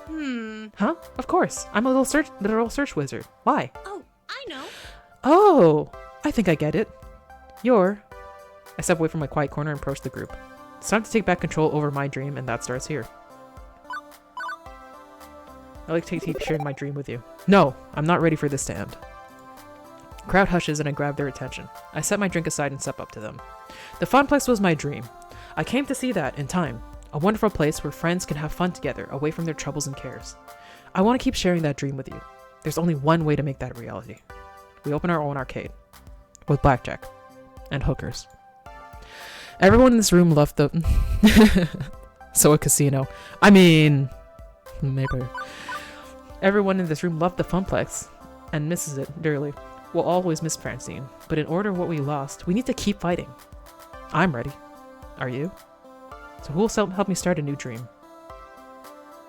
I'd be honored to join your dream, Ari. Woohoo! The Funplex saved me in a lot of ways. I won't let it go so easily. I'd love to join you. As would I. As would I. Faced with the prospect of spending my remaining days at home or at some other arcade, I'm absolutely in favor, love.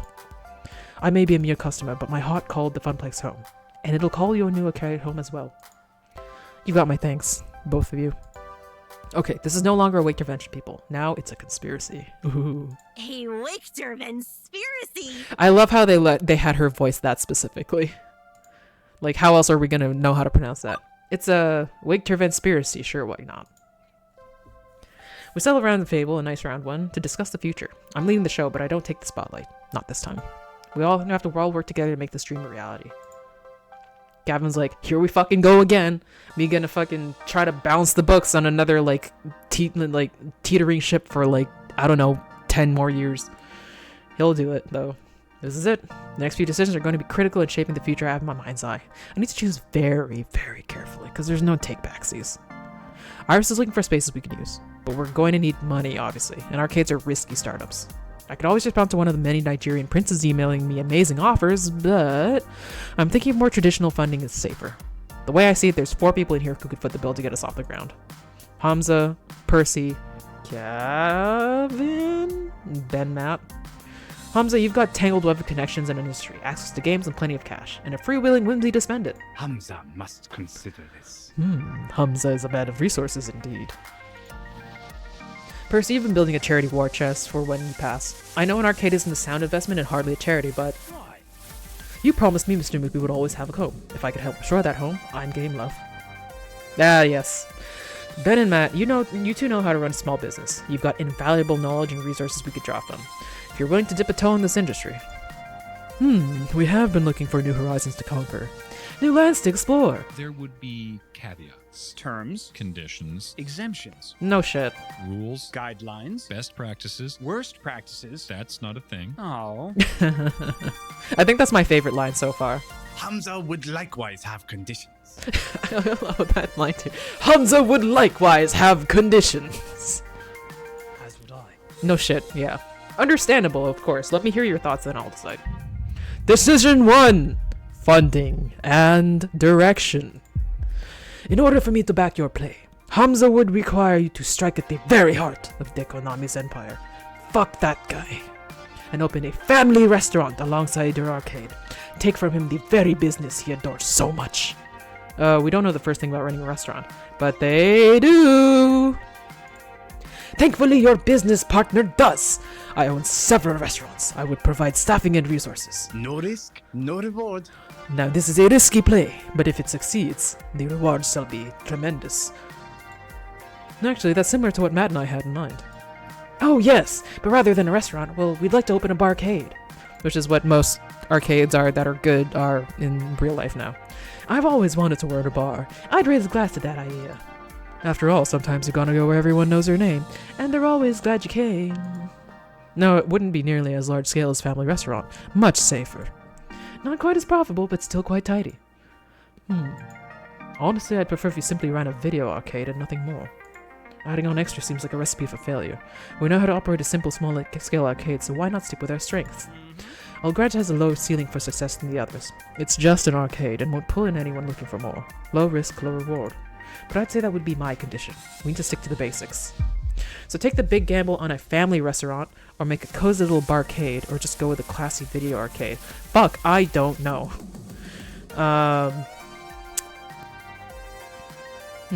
Okay, so this is highest risk, or is this the highest risk? Like, what? I guess this is a, what do you want to do, Ari? I don't actually have to run this business. This isn't going to affect the entire direction of the new venture. What do I want? What's my dream?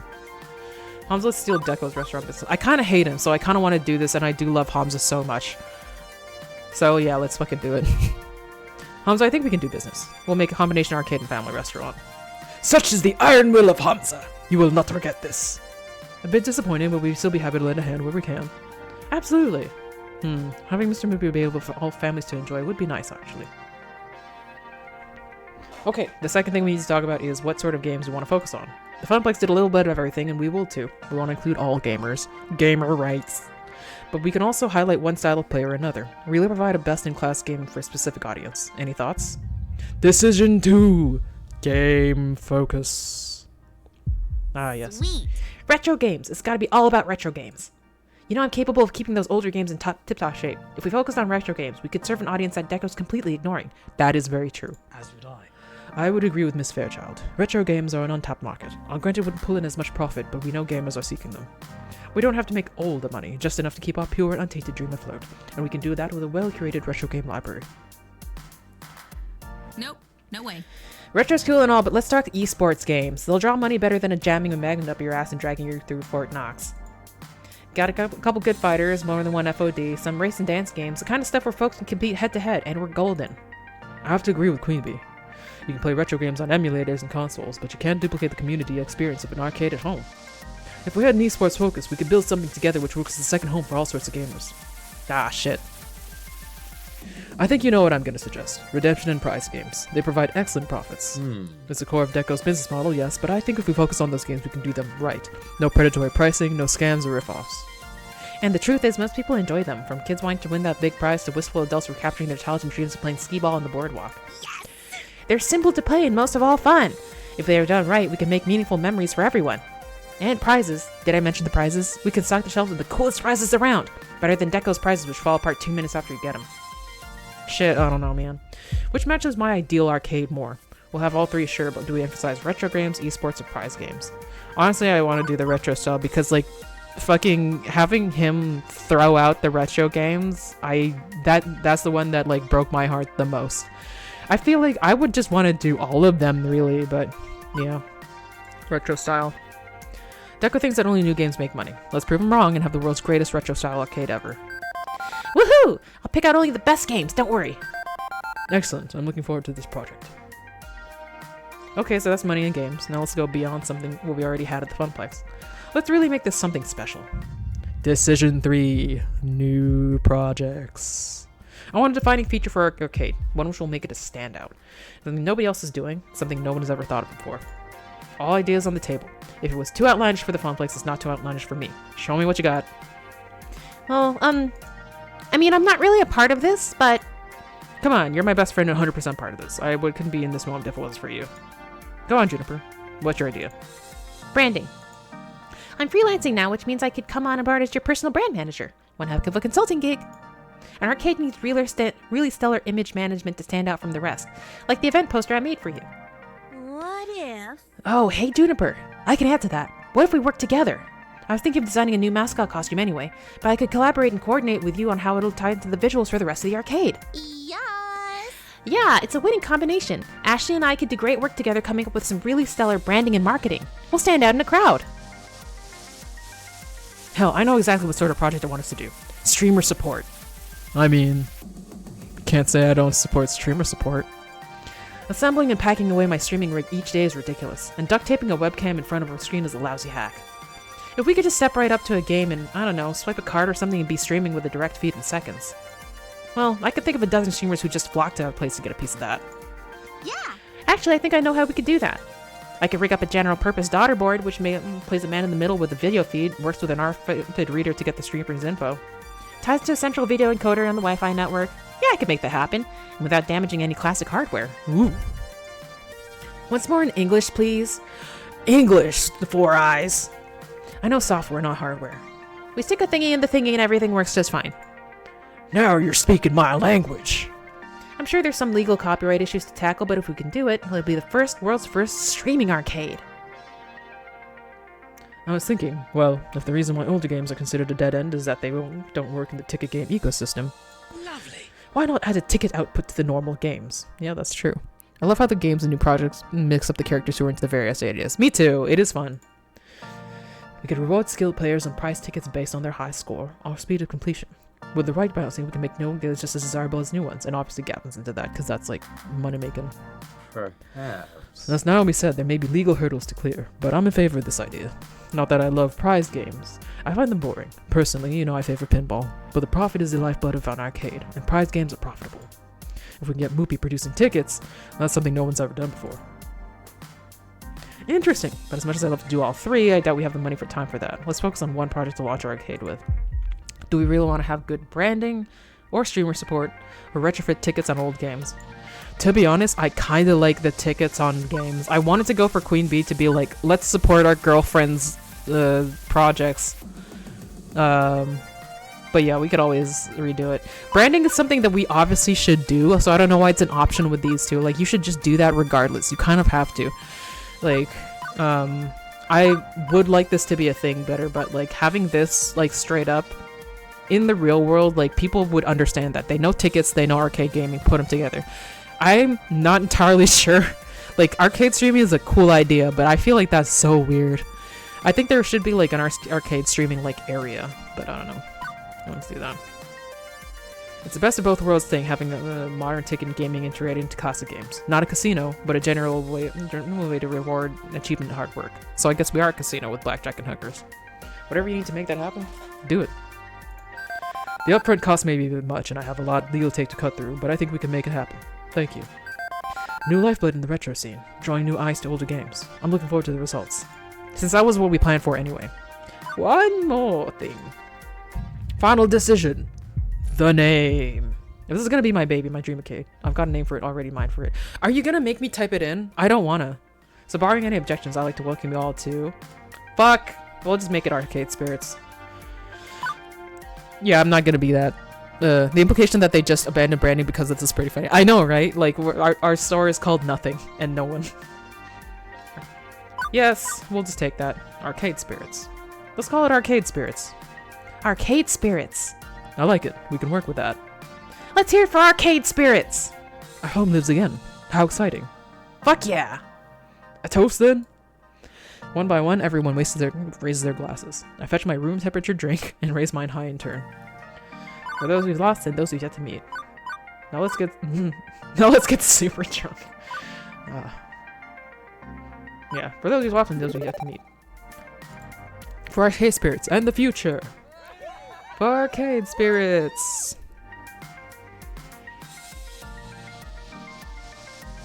Losing everything, then getting all back, and then some. It's been a roller coaster of a week, to be sure. But I can't rest now. Absolutely not. I need to take charge of this project and my life in general. I have to do for them what Francine did for us. It's okay. I'm ready. I'm willing. And this is our time.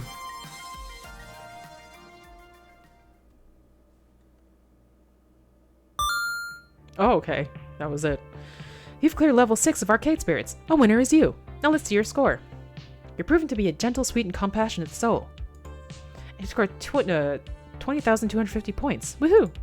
Shops in the volcano-devastated city of Pompeii bear the characteristics of a pizzeria. That's a neat, if a bit depressing, pizza fact, just for you. Do you want to save your game before proceeding? Yes, we're gonna save the game. Save it here as our main thing. So let's start to try different things of like what's gonna happen. What did I do here? I'm willing to offer you something. Oh yeah, this is like final take the job. We'll see what kind of like end zone. Wait, what? Am I seriously considering this? He just fired all my friends. He's gonna gut my funplex. He's trampling all over Francine's dreams. But walking away means giving up everything. Means collapsing back into the family curse all over again. I had a good thing going. A steady job. No worries. Do you want to keep going or walk away? Yeah, I'll take the job. Fine, you win, Deco. I'll stay. Capital. Why? What? Ari. The protest of my former farm workers fall on deaf ears. It's over. He's won. Yeah, this is a bad end, right? This is what I assumed would happen. In the end, I made the right decision. It was rough, severing ties with everyone from the Funplex, and I could see why none of them would want to ever speak to me again. It broke my heart, but needless to say, Queen Bee and I broke up soon after the incident. Just couldn't reconcile my life decisions with theirs. That's fine. I'm making good money now. Living the single life means I get to buy what I want when I want it. There's no one else to spend my precious resources on. Surprisingly, Deco held true to what he promised me. We worked closely together after that. I eventually came to understand how he does things and why it works so well.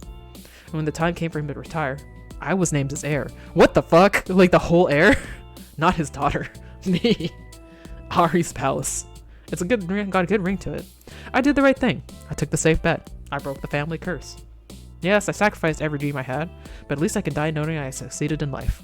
I'm a winner, and that's fine. Everything is fine. Game over for real, though. Not his daughter. This Badman feels so condescending. Yeah.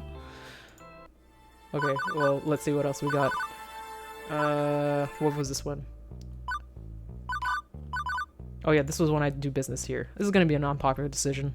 It's very well being the wrong decision too, but I see the writing on the wall. Deko's palace is a juggernaut. We have to adapt or be crushed. Once we're on board, maybe we can make changes from within. It's a long-term plan, one that relies on getting on Deko's good side than influencing him. But it can be done.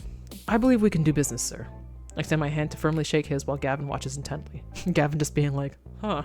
Wonderful. Absolutely wonderful. You've certainly made the right choice. Welcome to the Deko family. Now, a handshake's hardly legal. Well, I could probably finagle a court into seeing it as legal, but That's terrible. let's look at this as a bright new dawn for both of us. My lawyers will contact your lawyers and we'll set up a series of negotiations for the purchase. Are you sure you can get Miss Francine on board, though? She is the current legal owner. I mean, I guess we're not really gonna need that, but she's put her faith in me. I'm sure I can make her see reason. Splendid. Well then, it's a pleasure doing business with you. I look forward to the negotiations. He offers a respectful nod at the head and then turns with the walking cane and strolls away, quite pleased with himself. I see. It's a smart move. I'm not saying it'll be easy, but we can work with Deko's system too. You just sold out the dreams of everyone at the Funplex. I thought you'd be happy. You admire how Deko does business. Nonsense. One can also admire the purity of a nuclear bomb, but that doesn't make it any less horrifying. What Deko does is anathema to how the Funplex works. It will ruin the dreams I've sworn to protect. I think not. If you intend to move forward with Deko's plans as is, I'm afraid I'll need to tender my resignation. Look, there's wiggle room. He said we'd be negotiating. It's not like I'm taking the offer at face value. We'll see, won't we? For now, I suggest we get moving, but I strongly suggest you report your decision to Francine first thing in the morning. With our deal mostly complete, Deko told us we could stay as long as we wanted and even up the amount of on arcade cards. Oh, different. I mean, in many ways this feels worth. Yeah, because we're like willingly, like we're not even forced our hand into the things. We're just like, yeah, I've seen all the shit that he does, and this is a good idea. Like, no, it's not. There wasn't any reason to stay longer than needed, so we scooted right out the door and back to the parking lot. But there was a short... Okay, this was the same, so... Oh, I don't have to skip. Oh, is everything different? Oh, yeah, there's some skip. Yeah, well... I just sold out. I had my reasons, sure, and in the end, I'm doing this strictly for the future of the Funplex, but not everyone will see it that way. All they'll see is Ari, the seller of the Funplex's soul. As I continue my anxiety... Okay, we're back here. I agreed to the sale. Seriously? Look, there's no way around the fact that he was either going to buy us out or destroy us. This way we have a chance of survival, right? But the Funplex was your dream. Maybe. Maybe it wasn't. I don't know. Look, Juniper, I already got grumbled at by Gavin. Right now I just need time to clear my head and rest, not endure more grumbling. I promise I won't grumble at you. Plus, you know that I'll always really support you. If this is what you want, what you really, really want, so tell me what you want, what you really, really want. Okay. Let's not stand here and drum up a whole bunch of anxiety. That's not gonna... Okay, yeah, we did that already. This is about my decision to partner with Deko's palace. That makes sense. They're like, what the fuck? Looks like that's not your decision anymore. What? Ari. Oh, that's the same. Despite feeling like the one responsible for backpacking down the Funplex, they're looking to me, they're beacon of hope for wanting which to make things a little better. We'll ease our sadness. I'm not sure if I can even first full sentences at this moment. Okay. We'll try this one just because we need to fight on. She'll be missed. No ways about that. But I don't know if we have the luxury of mourning. Not now. You know by now that I decided to partner with Dekonami. Believe me, I'm not going into it blind. I did it so we could fight for the Funplex. And after today, believe me, I'm not gonna let him tear apart what Francine made. Either he works with us or I make him work for us. Oh. You may want to tell him that yourself if he'll listen. Huh? Before I can get an answer, my attention is drawn by two. Yeah, then we do all this thing. What? Oh, what was the... No, good morning. Yeah, return. What?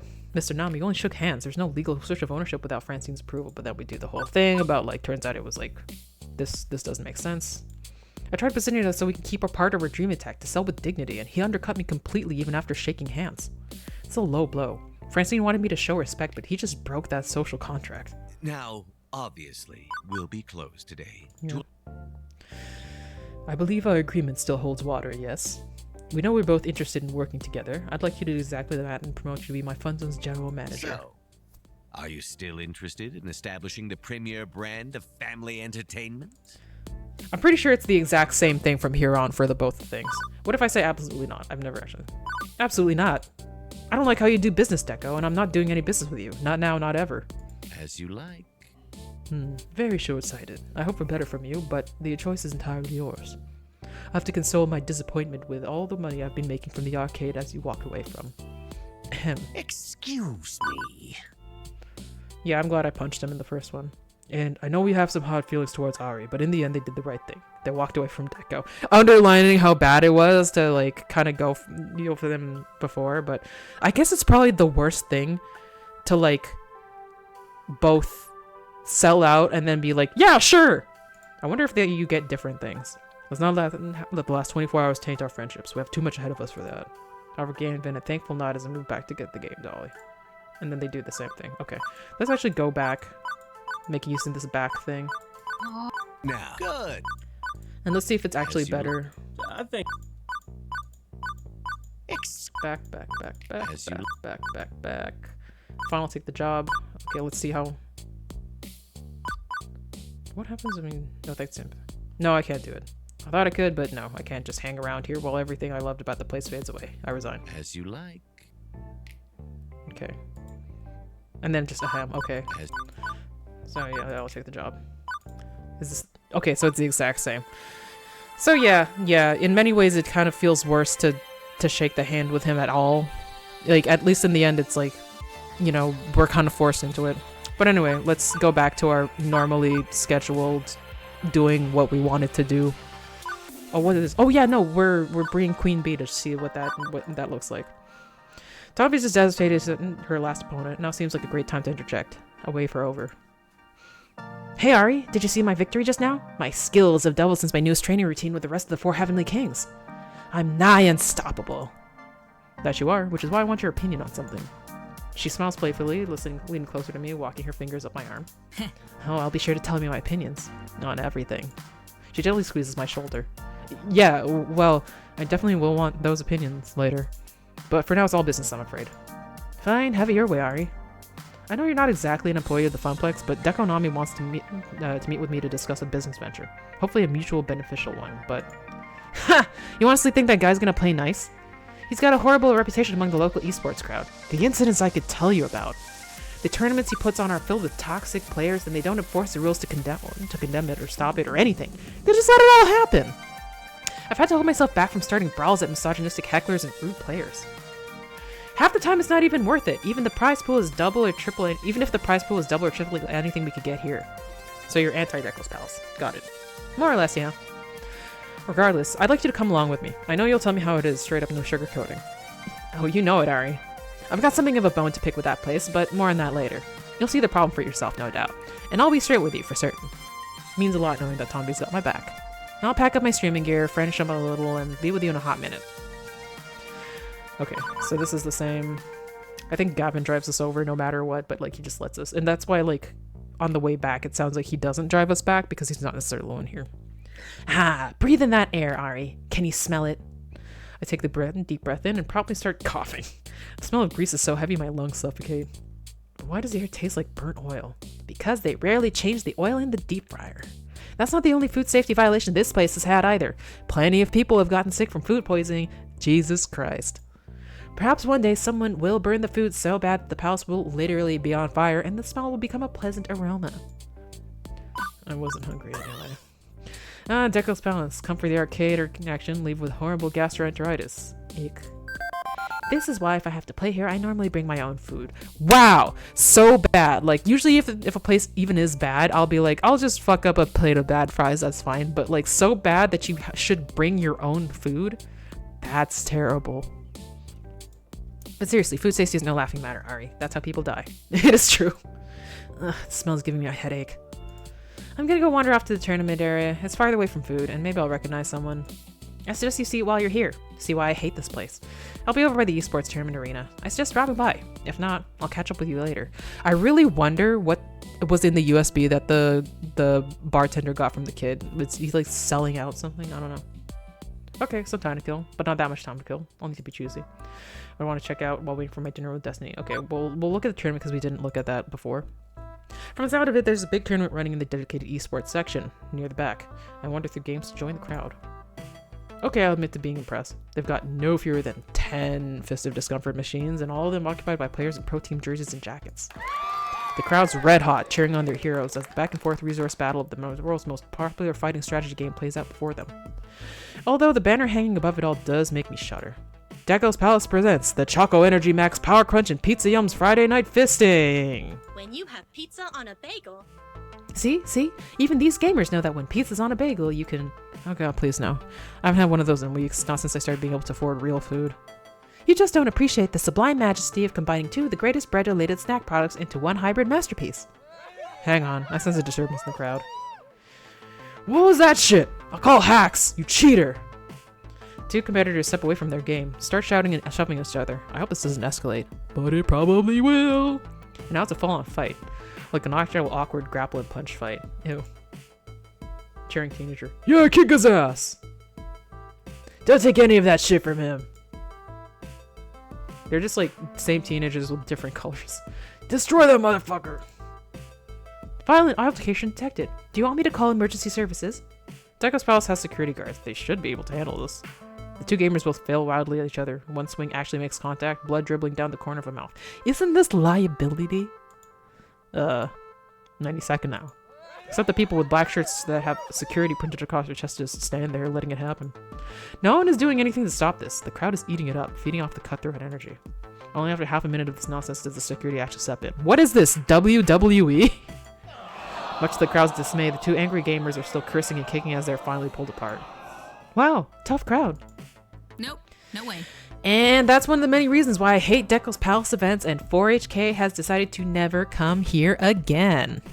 This whole place is a pit of fucking toxic masculinity. Losing the game? Time to roll aggro IRL right in someone's face. Gotta prove you're a real man. Most people I know aren't ragey bastards hate playing here. There have been incidents, harassments, or disrespect. It's fucking awful. If the payouts weren't so ginormous, pros would completely avoid this place, but unfortunately this is where the big actions are. Big action equals big money.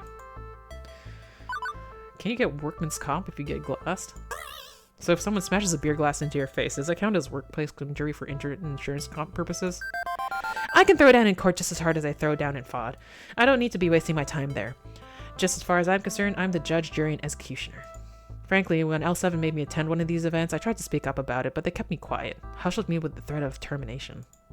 L7 didn't want to be involved. They didn't want to speak up against the biggest esports venue in the nation. Felt the best to stay quiet. Of course I would. Bullshit. I'd rather not be here right now. I'll catch up with you later. I should probably get out of here before the next punch is thrown. Know what? Yeah, the games are kind of whatever. We've done this already. What if we say let's not? I'd rather not have you trip any alarms and get us thrown in federal prison this second. I can't do this. I need to finish off my snack and drink quickly so I can back to the voice. What next?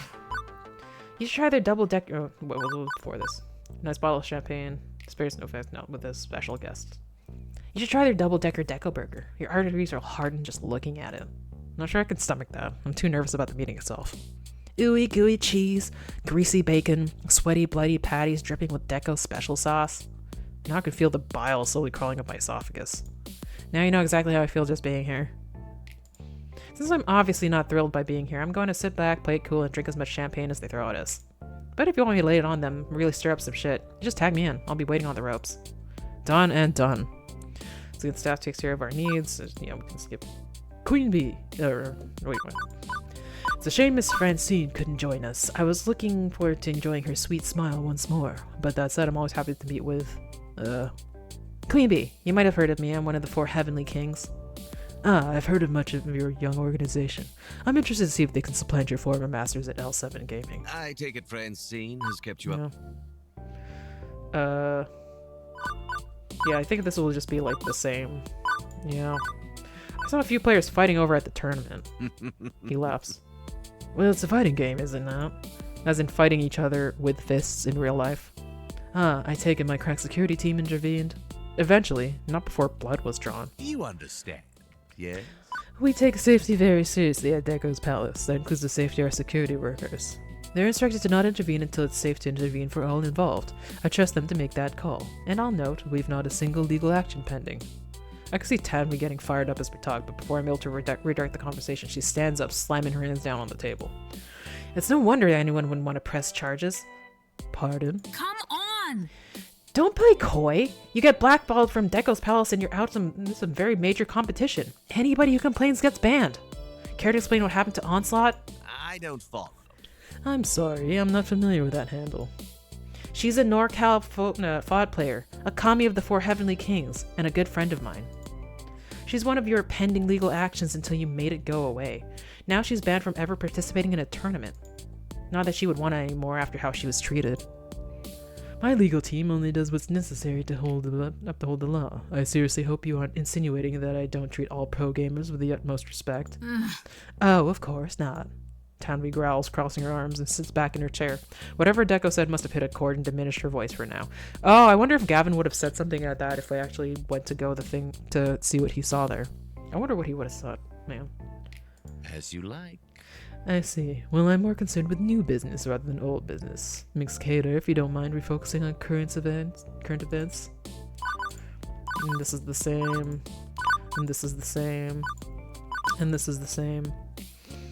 Yeah, I can just be like, fuck you, but no, this is the same kind of thing.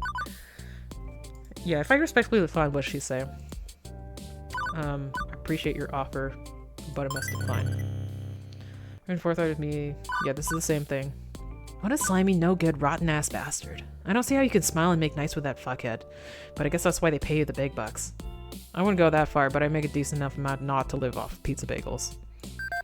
Still, you did the right thing turning his ass down. If you'd agreed. Tony makes a universal hand motion for slitting one's throat. 4K are boycotting Deco's Palace for how they treated Onslaught. Let's leave this fake-ass pizza and plastic joint back to a real arcade. Okay, yeah. So, yeah, that makes sense.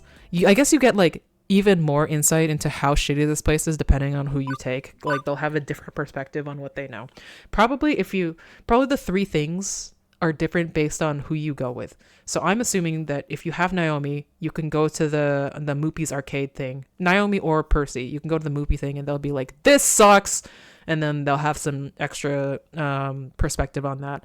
And I guess, yeah, Ashley and, Ashley and Teo would probably have something to say about the bartender.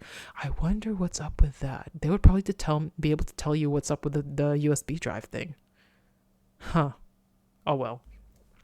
Anyway, let's, where's my load? Load. Yeah. Yes. Let's go back to my actual main thing. Yeah, we have time. There's like an hour. Level 7, New Game Plus.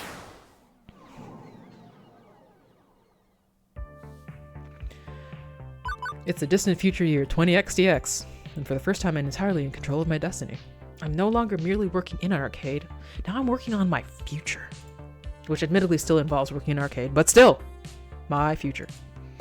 I'll admit it feels weird. I've grown so used to going with the flow, letting life batter and bruise me, that having a true and honest hand on the controls is a bit terrifying. Everyone's counting on me to keep the flame of Miss Francine's phone place alive as we move into the era of arcade spirits. And, well, honestly I'm super anxious about it all. I'm nervous. Who wouldn't be? There's so much riding on the success of arcade spirits. Not just a paycheck, but the hopes and dreams of all my friends. And I can't forget about Queen Bee's hopes and dreams in particular. I'm not the only one anxious about this. The stress weighs heavily on the both of us. I don't want to let her down. I keep waiting for the universe to wake up and notice that I'm on a roll.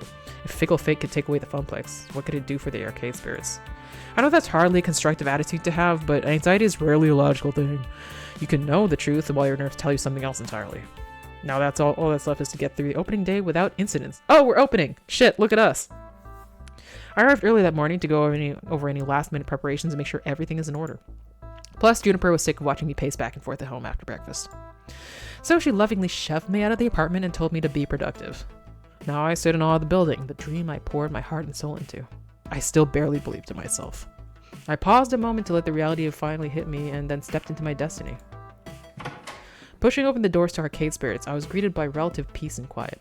Just the beeps and boops and people moving about doing last-minute preparations. So we made it look basically like the Funplex, but we have like a different... Oh, we have this thing kind of like fucking... What is that place we went with the high scores? Activate. New carpet. Traveled along an arduous road ever since the Great Wiktorvenspiracy. Gavin secured us a great rental space, an abandoned pizza place with all too familiar triangular roof. No one else wanted it, but we didn't care about the funny shape. Quirk is in our favor, and like having a retro thing looking like a Pizza Hut is probably pretty great. And I really couldn't have done all the renovations this place we needed without the help of our financial benefactor. Hamza proved true to his word, fronting us as much money as we needed to make this happen. Now I've got a family restaurant and arcade to rival Deco's Palace. I went with Percy and it ended up looking pretty much the same. Yeah, I figure like it will look the same no matter what's going on. It'll just always kind of have this, but I kind of wonder what's going to go after those. Well, okay, it's very small compared to Deco's Palace, but quality over quantity. Went with a familiar layout. If it ain't broke and all that, to show we still got the spirit and passion that made the Funplex great. But it's not all a carbon copy. We got a few new additions that Francine would even be proud of. The video wall is a nice touch. It was my idea. It alternates between running music videos, game promos, and high score leaderboards. We also repainted and did a general update on all the appliances and fixtures to give it a more finished feel and less of a retired pizza place turned arcade vibe. Now, me and Percy worked together to pick out games with a decidedly retro appeal. Considering Deco's focus on tickety gambling-ish games, this helped us stand out from the competition. She put in a lot of hard work restoring them, and truthfully, we've run into a lot of problems along the way. But watching her tirelessly working to perfect them is inspiring. It took some work to retrofit all her retro games for prize tickets, but in the end, now we managed to whip up a low-cost gadget that would do the trick. Now we won't feel the pressure to move to old games out in favor of profitable prize games, and those looking for spurting tickets can and will play everything. Now I put in lots of hard work, but she tells me it was well worth it. All of my decisions, all my choices made Arcade Spirits what it is. So much labor and love went into the project, from all of us, and now all that's left is to officially open these doors. Before that fateful hour begins, I still want to do one last check of operations, just in case. The restaurant side of the decoration proved to be very complicated. I'd go cross-eyed trying to parse the numbers of that side of the business. Hopefully it wouldn't drive us to bankruptcy, or the arcade wouldn't bankrupt the restaurant, or both at the same time. Hark! The great Hamza senses concern from his business partner. Perfection. Rest assured, Arcader, that Hamza has seen to all that requires seeing to. Our delicacies shall ring true across taste buds across this city. I'm not sure I would consider burgers and buffalo wings as delicacies. Hamza is aware we shall never earn 5 stars with our cuisine, but we shall be the pinnacle of deep-fried foodstuffs. Today, Hamza will oversee operations. Beyond this opening day, I leave you in the hands of my capable chefs and waitstaff. But you'll be in touch, right? I hate to have you jet off to, like, Istanbul, not Constantinople. I said Istanbul, not Constantinople, and suddenly everything's on fire. No matter what corner of the globe Hamza's travels take him to, he can be summoned at the speed of light. Well, at the speed of air travel, really. And now back to my kitchen. Our glorious future together in business awaits. Hamza claps twice before leaving in a flourish. Okay, being partners with Hamza is going to take some getting used to. Running a restaurant and an arcade is riskier than I thought I'd be. But for all his quirkiness, he knows business, right? He's rich. Rich people are smart. Right? After my quick check-in, I noticed the clock. It's unforgiving hands telling me that it's not long now. Okay. Breathe, Ari. Calm down. Everything's clearly under control. There's no need to freak out. You're just mistaking excitement for terror. This is exciting. It's a happy day, the first day of Arcade Spirits. You can do this. You can do this. No. With all of us working together, we can do this. As long as no unforeseen problems pop up. Ari! If I'm going to be torn away from my contemplations, I'm sure it's happens by the most loveliest of voices. I gladly share my invention to Tanvi and I smile. I was just helping Per get pumped to play Loopy and pitching in where I could. Not bad. I don't know how you managed everything, but you did. you have a moment? I want to show you something. Ooh. My moment of chill is interrupted when I notice she's holding an envelope in her hands. She's like, I'm breaking up with you. I don't know what's in there, but I immediately get a bad feeling about it. I mean, who even uses the postal system anymore? Unless it's bills, scams, or other bad news. So I received this letter in the mail from the 4 Heavenly Kings. Can you believe that? Who the fuck even uses snail mail before anymore? I was thinking exactly that. Minus the swears, of course. Anyway, that's not important. What's important is opening this here with you. Oh, she's gonna get a job to go somewhere else, maybe. Probably because I didn't, like, clock in all of her points, maybe. Like, right now? Right before grand opening? Yeah, is that a problem? I figured we could celebrate together. I'm sure they're sending me some sort of promotion or invite to some huge-ass tournament. You're celebrating on opening day, so we could join forces and commemorate our victories together. Except now is not an ideal time. I would love nothing more than enjoying a moment that isn't the constances that is Arcade Spirits, but there are a million and one other things I should be doing. No, fucker, like, support your girlfriend, jeez. Oh, I'm at a crossroads. Open the letter already. What do you mean? Fucking open the letter already. Support your girlfriend, Jesus Christ. Tag with it. That curiosity is killing me and I need to know what's in there. Can't wait any longer. Hurry up and open it. Yeah. Yes! Let's see what this baby has in store. Here we go! In one fell swoop, Tommy rips open the envelope and hastily removes the paper inside. She begins reading it aloud. It has been an honor having you as part of the 4 Heavenly Kings. You've already learned so much, and in truth, we've learned from you too. To further all of our knowledge, I think it best for all the kings and queen to be under the same roof. Therefore, Queen Bee, you are cordially invited to move into our team house. Tonvi takes a moment to let the word sink in. She's stunned, but eventually her excitement pulls her lips into a grin. Fuck, shit, this is huge! What does that mean exactly? Team house? What's that? Oh right, a team house is where all the members of the team, me and the rest of 4HK, live together, play together, eat and drink together. Everything is done as a team. A pit quells in my stomach and reads all over my face. Don't worry, Ari, it's not like we're gonna be fucking together. There are separate bathrooms. Or shitting together, I don't know. The joke fails to be like the very serious situation at hand. So you'd have to move to wherever the house is located, right? And that's not in this city, let alone the state, right? Noting my satisfaction, Tanvi simply tries to dismiss it. Yeah, but this is going to boost my skills to the next level. As all the most prominent winning FOD teams live together. It's the next step of my career. Fantastic. Trust me, this is fucking fantastic news. Is it? I let the words plummet from my mouth without hesitation, and seeing Tanvi's immediate frown, I instantly regret it. Of course it is! Why wouldn't it be? What about us? You know, us, you and me. I mean, we are technically a situationship, so... Keeping a relationship going across state lines would be difficult, right? Can't exactly keep the romance alive through video chats and text messages. Excuse me? Since when did I agree to chain myself down? Have I not spent time and energy supporting you endlessly and making your dream come true with this arcade? Yeah, dude, man. Have I not cheered you on when you needed it? And you can't even give me the same respect in return for my dreams? If you can't... Tombi snorts and then sighs. Maybe I should just go then. No, this is not what I wanted. My heart wrenches. But you moving would... It would mean... I wasn't ready for this. I respect your wishes, but can we make this work? Yeah, I'm not gonna say that. If Tanvi leaves, I'll be all alone. Again. I want to respect your right to make her own choices. I just don't think I can let her walk right out of my life without trying to figure this out. I understand you've got aspirations and dreams the same as I, and I admire that. Truly, your passion inspires me even. But Tanvi, I've also grown attached to you. I can't see myself without you by my side. Is there some way we could make this work for us? Oh, Ari. Look, that's touching and all, but we really haven't discussed this in terms of us yet.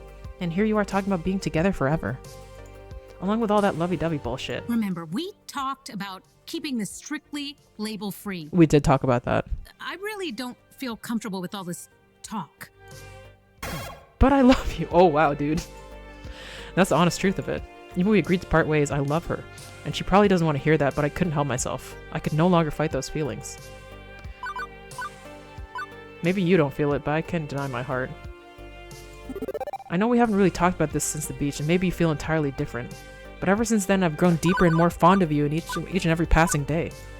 Even we aren't on equal footing in this, I can't stop what my heart is telling me. I have to speak true. I love you, Tanvi. Truly. As if saying it again made it more real, more concrete to her. Both of us were silent for a long pause, each looking away embarrassed and upset. The feelings and emotions happening right now are culminating, and discussing this any further here and now would only make the matters more complicated. And I still have to open Arcade Spirits! Listen, maybe we should take a few minutes to reflect and come back and talk about this after today's over, okay?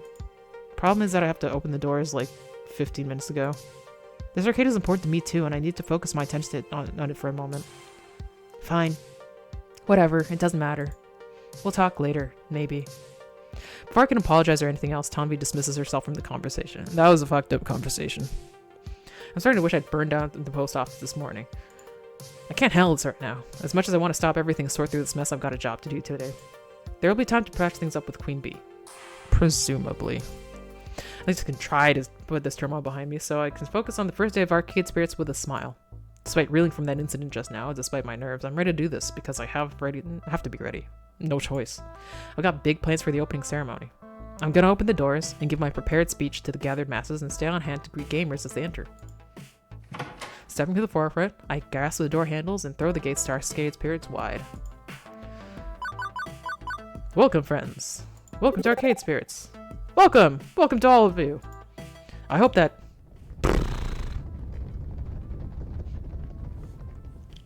Yeah, I knew it.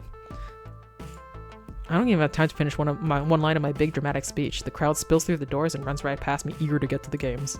Immediately, the arcade fills with the sounds of beeps and boops and games starting up, and people laughing with delight as they find their favorites.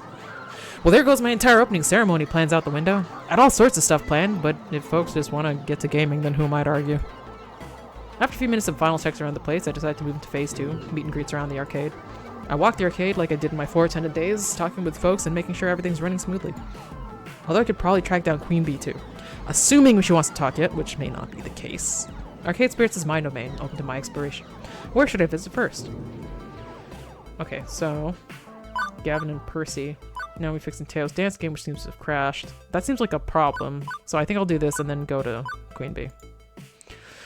Most of the time I'm drawn to Showtime stage because of the flashing lights and hit beats, not because it's completely silent. No music at all. As I approach, I see Naomi feverishly working to fix it. Seeing the whole thing without tunes, think to its flashing lighting ring is going kind of depressing.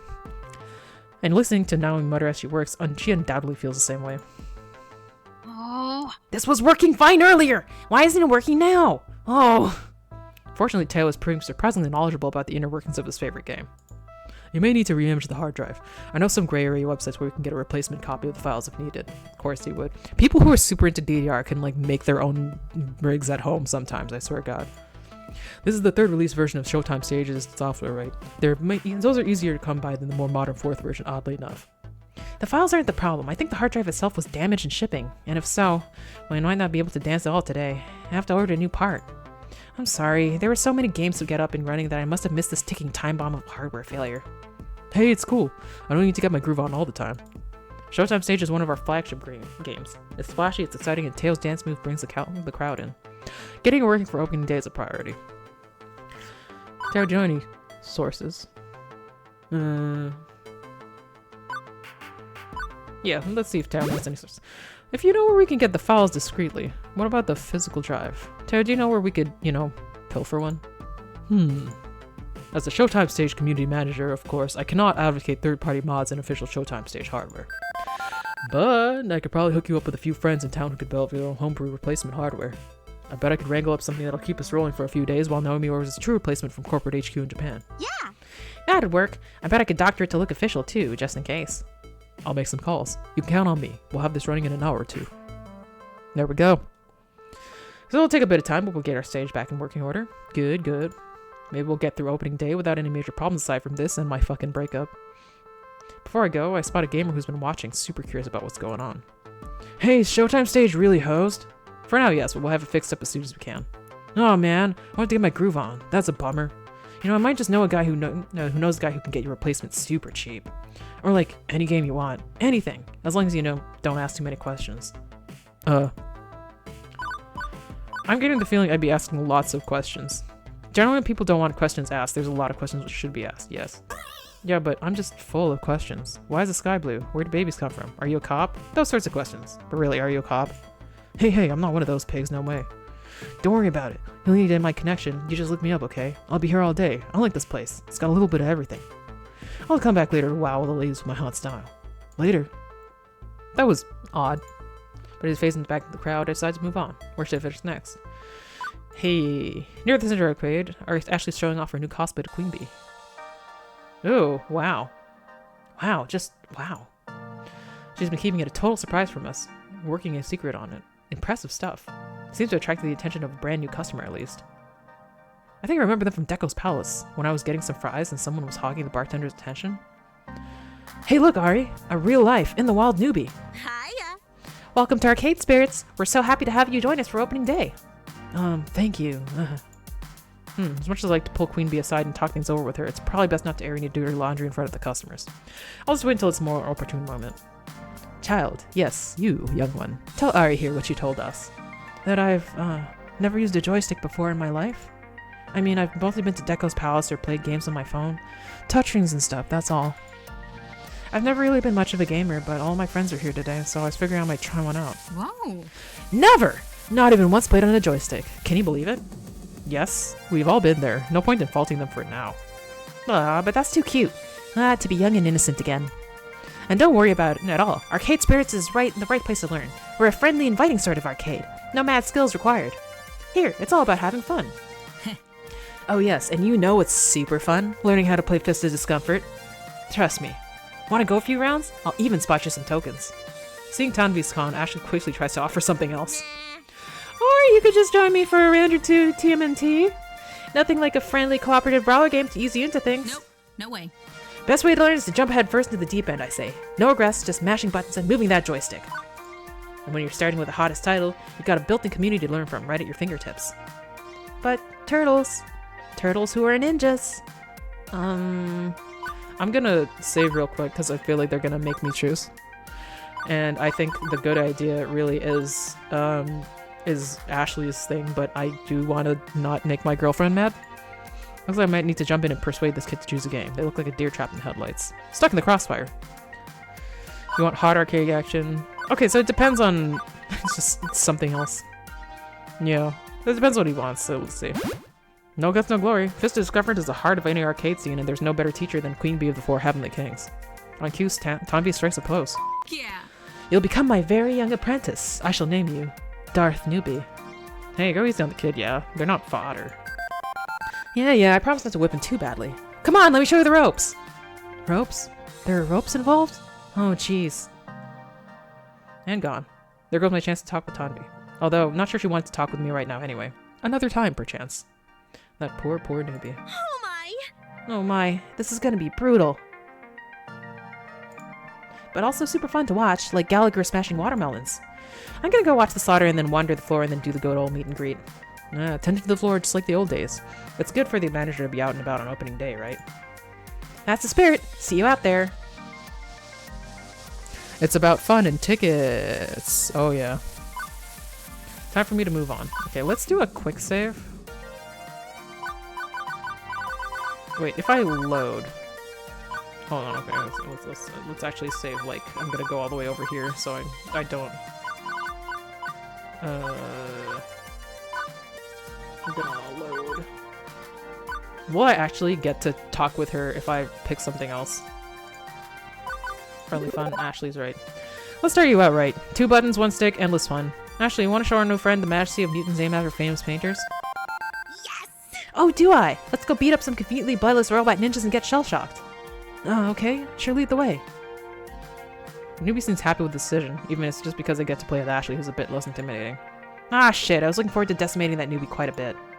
In a good-natured way, of course. I'm still learning from my teammates in 4HK, and I'm eager to pass some lessons on. Hey, Tanvi, listen, about earlier. Nope, no way. Nope, not now. You go do their thing and let me do mine. Okay, fine.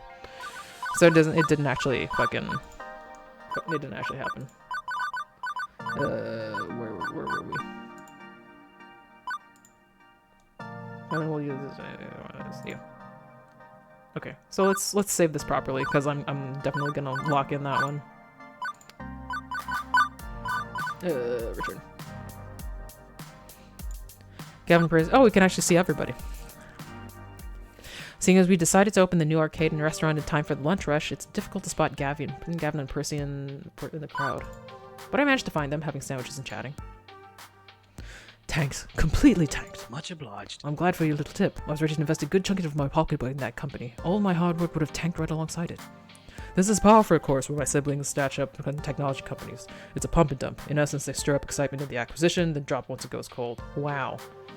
Your siblings, huh? I've never seen one of their endeavors bear fruit for very long, thanks to their short attention spans. I'm glad I could save you the heartache.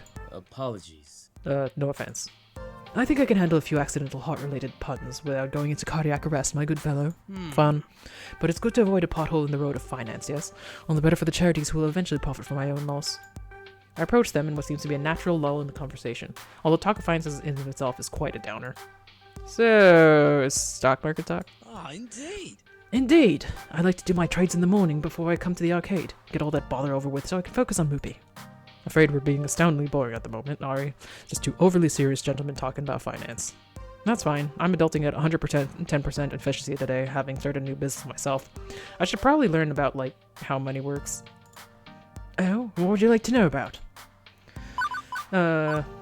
Expenses, taxes, now investments. I'd like to invest in our future. Thinking long term, you know. Surviving for many years has to come rather than surviving for many years to come rather than jumping at Giza's profit if I can. Any tips? A fine view to take. My own investments are preferably long term. Yes, I make moment-to-moment trades, but they're backed by the stability of stock bedrock. Even after I'm gone, I expect many of those to cash out gradually, and I've hired a phalanx of lawyers to carry out my wishes over the next, 30 years. Jesus fucking Christ. Gavin, how about I show you my portfolio? Give you some ideas of how to build up a nest egg for arcade spirits. Thank you. I'd be honored. I'll let you handle the fine details. The two sink deeper and deeper into their conversation about currency exchanges, fiscal policy, tax rate changes, and I start to lose consciousness. I admire their passion, but there's only so much adulting I can handle in one day, and I need to reserve some for later. Then I notice that raised voices at a nearby table. Ooh, this girl. Not really an altercation or an incident yet, but they are talking a bit louder than the others. Miss, I've run your credit card twice and it was declined twice. Man, run it again, I'm telling you. I was working just fine earlier. I got tokens using it, see? See these tokens? Sensing an opportunity to provide extra customer service and further prove my adulting chops, I step in to help. Hello, good morning. I'm the manager here. Can I be of some assistance? She looks awfully familiar. Have we met before? Oh right, I invited her to check out my arcade, didn't I? Guess that's why she's here. What's up? Hey, good to see you. Love what you've done with the place. Just love it. But something's wrong with your credit card readers. My card's legit. I was just using it earlier with no issues, but now it's all messed up and stuff. Can you help me? I could pay cash if I got to. I'm not trying to duck and run at you, but I'd really prefer to use the card.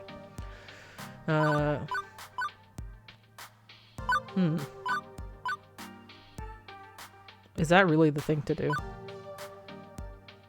I don't know. No, I'll try to. Kind of strange how a card isn't working. Not sure I really want to go too far with this. Better to trust the machines designed to verify transactions instead. I'll stick to the standard policy on this one. Let's try the card again. I'm sure it was just a momentary outage. Okay. She fizzes a bit, checking her smartwatch briefly, before passing the card over to be tested again. With a shrug, her employee passes it through the portable card reader again, and this time beeps to indicate success.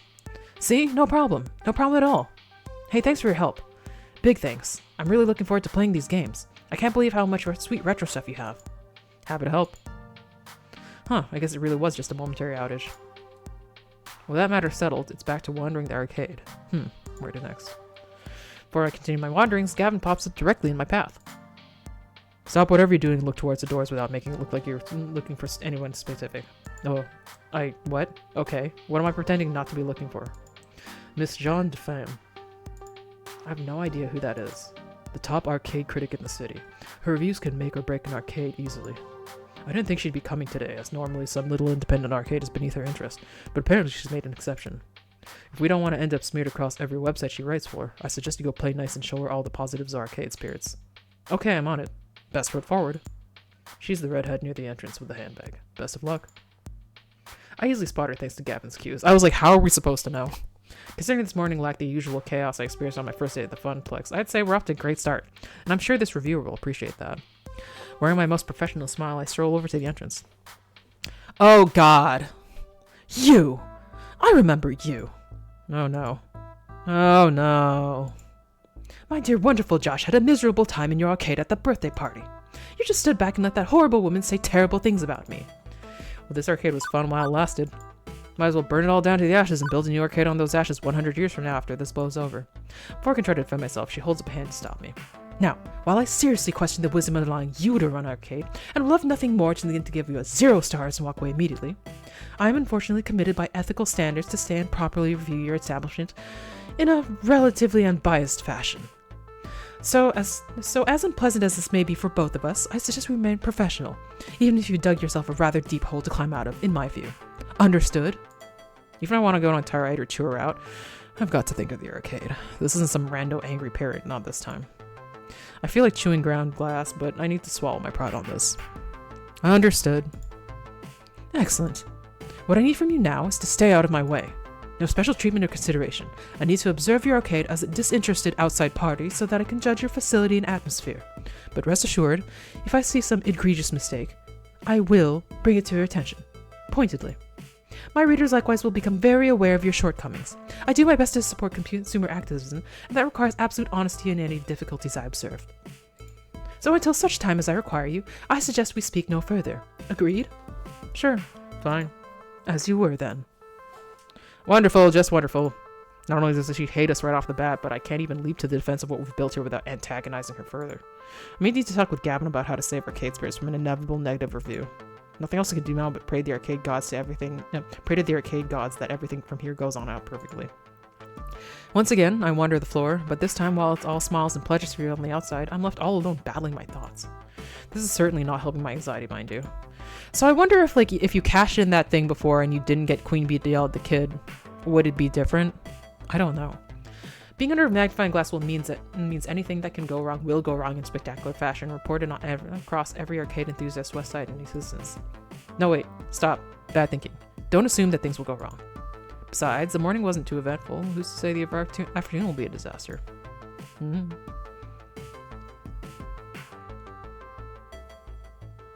Then the afternoon was a disaster. Fuck! I knew I'd spoken too soon the second I saw Gavin approaching me with a tinge of worry furrowing his brow. Utterly ridiculous. It shouldn't be possible for us to be out of nachos in the vending machines this fast, and yet we are. I have receipts for ordering exactly enough to fill them up, and yet there are only a few bags in there. A missed delivery, perhaps? And that was the least of our problems. Ari, you've got an electrical problem. The 3 of the retro games have shorted out. I don't understand. I tested the power supplies, outright rebuilt a few of them. Unless someone's seriously scuffling their sneakers and shocking the coin boxes, we're talking a failure somewhere in our electrical wiring. Calamity after catastrophe, they just keep piling up. What? All the toilets stopped working! All of them! We need to call a plumber fast and not the one that jumps on turtles. Anxiety rising. What are we gonna do? This doesn't make any sense. I'm freaking out. I'll admit that. I'm freaking out. Maybe we should close down for the day. Iron out the wrinkles, try again tomorrow? We are hastily losing our grip on things. If I don't say anything, we might as well call it quits. I must refocus our energy. Command the troops, relieve tension. Yeah, command the troops. No way, we are not giving in just because of a few bugs in the system. We are the Funplex expatriates, the proud crew of Arcade Spirits. Did we give up when Deco came knocking? Hell no, and we aren't giving up now. I want to hear some solutions. Talk to me, Ashley. The group exchanges nervous glances, then thankfully stops to breathe. And think. I will become the plumber we need. I mean, not exactly, but I'll grab a plunger and do what I can. Oh, Jesus Christ, Ashley. That sucks, but thank you. We'll have to close down the bathrooms for now, but I'm sure we can convince one of our neighbors to loan us theirs, maybe? I'll check next door with them before I go do battle with their demonically possessed toilets. And while I say this vending machine issue is human error, I have enough faith in my own error checking to say this human is not responsible. I'll make some calls with our distributors and see where the chain broke down, and also see about ordering some quick replacement stock. Mine's a bit more complex. I need to replace the fried power supplies, but I can do that. I can do most of those today. Meanwhile, I'll put a feeler out to the indie arcade community online, see if we can get an electrician with an arcade experience out here quickly. I've been meaning to get back into online groups, and even if it means popping my head up in a crowd, I'll do it. Okay, good solutions, people, good solutions. I won't be able to work the floor while I'm taming our restrooms, Ari. Are you good for covering with me? Things seem to be getting more intense as the day picks up. You 3 focus on your task at hand. I may be the boss, but I was the floor attendant originally. I can handle whatever Arcade Spirits throws at me. Got it? Gotcha. But I'm changing out this first. I don't want to get poo water all over our new mascot. Toodles! I'm on it. You can count on me. With all 3 busy, that leaves me in charge of every problem that may emerge for the rest of the afternoon. No way to tackle with someone to help me with these situations. I need to work fast to hit every problem before it's too late. Can't leave any stones unturned this time. No risk of letting something spiral out of control. But I'm ready. I mean, I have to be. No choice. Feeling freshly invigorated, I start my floor check. There are problems all around me, but what should I tackle first? Cursing and banging as someone beats up a machine. Fuck. Ticket after being streamed out of an unattended game. The video also keeps showing pictures of bunnies. A small crowd is gathering near one of the retro arcade games we fitted with a ticket dispenser, one of which is spewing an endless supply of tickets on the floor. The high score display keeps flashing, but rather than the number, it just flashes error again and again. Nope, no way. Okay, everyone, obviously this is not supposed to be happening. It's a bug. Nobody takes these tickets on my watch. Got it? Oh, Ari, good thing you shut up. You're pretty short-staffed today, huh? Yeah, that's exactly what I wanted an arcade critic over here. This is gonna make for one hell of a review, I suspect. Don't worry, Tanvi. Your arcade enforcer of justice is on hand to pick up the slack. I don't care if... oh, that's what she's saying. I don't care if things between us are in a mess right now. You know I'm here for arcade spares in any way it needs me. Now help me find the plug so we can shut this thing down. Good thing Naomi's instilled some of her arcade fixing knowledge on us ever since we know her. We find the plug tucked neatly under a flap of carpet and yank it out. With the tickets ceasing, the crowd gets bored and leaves. That'll at least stop it until we can delve deeper. Mostly problem solved. Alright, I need to get back to my game. Good luck figuring this one out, okay? It's probably just a random error. This is experimental new hardware with these little boxes Naomi made which add ticket output to 1980-something games. Although Naomi did do a bunch of double and triple checks to her hardware. She assured me it'd be fine. Since she's busy currently, I have only one option to turn to for technological assistance. Iris, can you check the security camera footage? I want to know who played this game last. Iris online. Already on it! I've been analyzing the video feeds ever since I saw the error. It looks like the person who broke the game was a tall man with blue sunglasses. You think he did this on purpose? Considering I'm seeing him literally pick up the coin door lock and mess with the internals? Yeah, I'd guess it wasn't an accident. 99.97% sure it's not an accident. It's odd though, he didn't even take the tickets, he just crashed the machine and walked away. I can't explain his motivations, but yes, that would be accurate. Thanks, Iris. Time to get to the bottom of this. It doesn't take long to track the guy down. For starters, there's his rather unique fashion sense. Yeah, isn't he? We saw him from Deco's Palace. I wonder if the teens are, like, in on it. Although the way he's glancing left and right, checking with the coast is clear before kneeling down to futz with another lock. Kinda hard to give him benefit of the doubt or even a second chance. He clearly broke the rules of the arcade. Although he looks like he's the sort who could break me if I break the news to him badly. I should choose my words wisely, ones that involve staying in one piece. Keep on and call the police. Don't do that, please. It's against the rules. Maybe if I try to avoid it, even if I politely asked him to stop, it's worth a try at least. Hope ruins eternal. Sir, please stop. Immediately he straightens up, pocketing the item like he was committing arcade crimes with all nonchalant like. What? I wasn't doing nothing. Yes, you were. I know in fact exactly what you were doing. I'm the manager here, and I'd like to ask, would you kindly knock it off? I don't want to have to eject you from my arcade. Understood. At first he growls a little, ready to protest his innocence, before holding himself back. Luckily I'm under orders, nerdo. Fine, whatever you want. Under orders from who? As he walks off into the crowd without another word, I'm left in a state of utter confusion over our exchange, but I'll take it hesitantly. Iris? Yeah, I'll keep an eye on him through the security video feeds. Don't worry, I'll let you know if he resorts to his nefarious ways. All handled and without causing an incident, although I'm vague on what he meant by orders exactly. With that in the bag, I quickly look around to see if there are any other nearby problems I can address. What the heck is the bunnies thing? The retro television-based one was an idea I came up with during renovations. Naomi runs the whole thing off a cheap mini-computer too. Practical and inexpensive, and it just gives just the perfect amount of flair. And I've been pretty proud of it up until this moment. For some reason, it's showing a nature documentary about cute and fluffy bunnies instead of retro music video and arcade videos and arcade high scores. But that's so good though. We got the bunnies. Not that bunnies are a bad thing necessarily, but there are so many worse things it can be playing. It's still not playing what I want it to play. Something's amiss. As I'm hunting for the remote control we keep at the prize desk, Teo approaches. Bunnies, huh? Yep, bunnies. Interesting choice, Hari. Not my choice, Teo. I'll have it fixed in a moment. Okay, cool. I was wondering if we'd suddenly experienced a paradigm shift in arcade theming or something. The bunnies are really cute, though. Grabbing the remote, I flick it back to channel 3, which should shake the video feed from Naomi's system, and it flips back to the bunnies on channel 5 a few seconds later. Persistent, aren't they? Almost like the rabbits themselves. So I click back to channel 3, and nope, once again it reversed back to 5. Okay, clearly we're dealing with Master Hacker, one who can modify Naomi's system despite having no physical access to it. An individual capable of truly hacking the planet. Yeah. Or it's a prankster with a universal TV remote. I've got one of those myself. Helps me turn off overly loud TVs and bars which drown out the beats of whatever game I'm playing. Not that I would ever do that, mind you. Just in case. But with great power comes great responsibility. And clearly whoever's forcing us to watch this lacks the latter. How about I go subtly check the crowd to see if anyone's got a clear line of sight and is pointing a gadget at the video while each time you change it. I'm strapped for help, so I'm not going to deny Teo's offer. Sure, go for it. The war for remote control continues for another minute, back and forth from music videos to documentaries about rabbits. And now it's showing them mating, which I'm seriously hoping does not count as pornography or be yet another black mark against us with a certain arcade critic. It's only been a few minutes, but it feels like an eternity of copulating lagomorphs before Teo returns. Found him. Orange jacket standing to the pinball section. Thanks, Teo. No worries. Anything for you, Ari. I rolled the sleeves on my hoodie, ready to put an end to this. Wait a minute. Isn't that the arcade newbie from earlier? Didn't seem like a troublemaker at the time. What's going on here? Nope, it's definitely this kid. I can see the tiny plastic gadget in their hand briefly before they pocket it. Perhaps noticing my approach, the teenager rolls stealth and gets a natural 1, resulting in an awkward and obvious attempt to looking at it like an unimportant part of the crowd. Hey. Didn't do anything! I mean, hi, good to see you again. What's up? How are things? Given this living bundle of nervousness, I'm not sure I feel like coming down like a ton of bricks on the pure kid, but rules are rules, right? Yeah. I think for Bunny's not cute.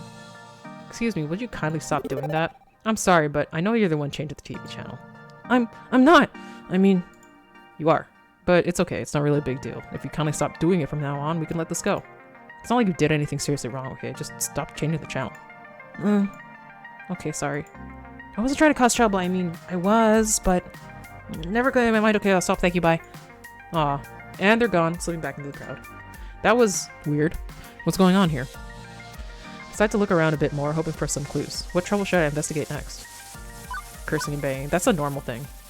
I hear the clang and bang of something assaulting the cabinet. I see Percy holding up a finger to try to grab my attention. I motion him to try to join me, and he does. Thank goodness. I tried to grab Ashley, but she was in a hurry, brandishing a plunger like it was some sword. There's so much going on right now. What's happening? Some hooligans working his way down the retro games, yelling them and smacking them around like joysticks like they're speed bags. I swear he was going to knock over our joust. That's how hard he was shocking that cabinet. People have been avoiding going near him ever since he started raging out. It's causing quite a scene. I'll take care of it, Percy, thanks. Be careful, love. I don't like the looks of this one. He places a hand on my shoulder in solidarity before leaving. This happens more often than you'd think. Someone getting so mad at a game that they start smacking the cabinet around. Unlike pinball, which will just go into tilt mode and punch you, the only justice to be found here is my justice. I am the arcade law. Fucking piece of shit game! Totally jump over that freaking barrel, monkey in his freaking barrels. Even if, well, I'm a little less eager to bring the law down on this guy. I am in awe of the size of this lad. He probably eats 6 whole hams for breakfast and then bench presses pickup trucks for fun. But knowing my duty, I know what I must do. You break it, you bought it. For the record, you smash that thing to bits, you have to buy the bits, and the first one's not free, nor do we have a break 2 buy another for free policy. The man snarls, turning his eyes towards me and away from the game. Got a fucking problem? Oh good! Just what I needed right now. From the corner of my eye, I spot Miss Defame watching. Better lay down the law. I run this place, see, and I don't like people breaking my games. So you play nice, you play by the rules, or you can go play with yourself, understood? No more hitting games. Period. You little... But oddly his attention is diverted to something or someone behind me. It's only a couple seconds, but his whole demeanor changes after that. Fine. He storms off deciding he'd rather have the last word than argue it further. I turn to see who exactly changed his mind or a sharp glance, but the crowd's too thick. Whatever it is, gone now. And Miss Defame returns to the crowd without a comment, hopefully quietly approving of my law bringing. That was odd, but I guess a win is a win. Now then, what problem to address next? Before I continue my quest to purge my arcade of evildoers, I'm interrupted by an onslaught of my hard-working staff. I knew it. Ari, about her missed an inventory. When I get my hands on whoever did this, I found the electrical problem, Ari. Sabotage! Sabotage and treason. An enemy agent walks among us. Okay, so we have some insight as to what's causing these messes, but it's a chaotic jumble right now. One at a time, please. Our suspiciously soul snack inventory was indeed not human error. The delivery truck never arrived here, or was routed to a garbage dump due to computer error, or as I expect, malfeasance. And malfeasance explains our electrical problems too. Remember my joke about somebody scuffing their feet and shocking the coin boxes? Nope, that's actually what happened. An external shock, not a grid failure. Someone's got a battery or some other shock prod and was using it to crash games. Must be the same one who flushed a bunch of wadded up paper towels and firecrackers down the toilets. Firecrackers? It's a war zone in there. I was able to dredge up one super gross chunk of it, but we need a professional plumber to get the rest. It's all sounding way too suspicious to be random acts of hooliganism, and it also ties into what I've been handling on the floor. I've had to deal with pranksters all afternoon, too. I've been so busy playing firefighter, running from blaze to blaze with a leaky bucket, that I haven't been able to put the pieces together. But now it's clear, and I know what I must do. Okay. Good work, everyone. Wrap up your tasks. I'll handle the pranksters. Good work, everyone. I'm proud of you, but the job's not finished yet. Gavin, orders replacement inventory. Ashley, find the plumber. Best we can afford. Naomi, finish the replacement the fried power supplies. As for me, I'm going to have a word with our miscreant. You know who to blame for this mess? I've got a pretty strong suspicion. It's probably that girl. Go get him, Ari. With a nod of solidarity, all of us split up, each on our own mission to thwart the ne'er-do-wells. I'm not particularly thrilled to begin this confrontation, but my nerves haven't stopped jangling since this morning, but well, My friends are counting on me to lead, to be the responsible one. I can't foist this off onto Gavin like I might have done at the Funplex. Finding my quarry is particularly difficult. She's been in the background the whole time, watching and waiting as I ran around trying to put a lid on the mayhem.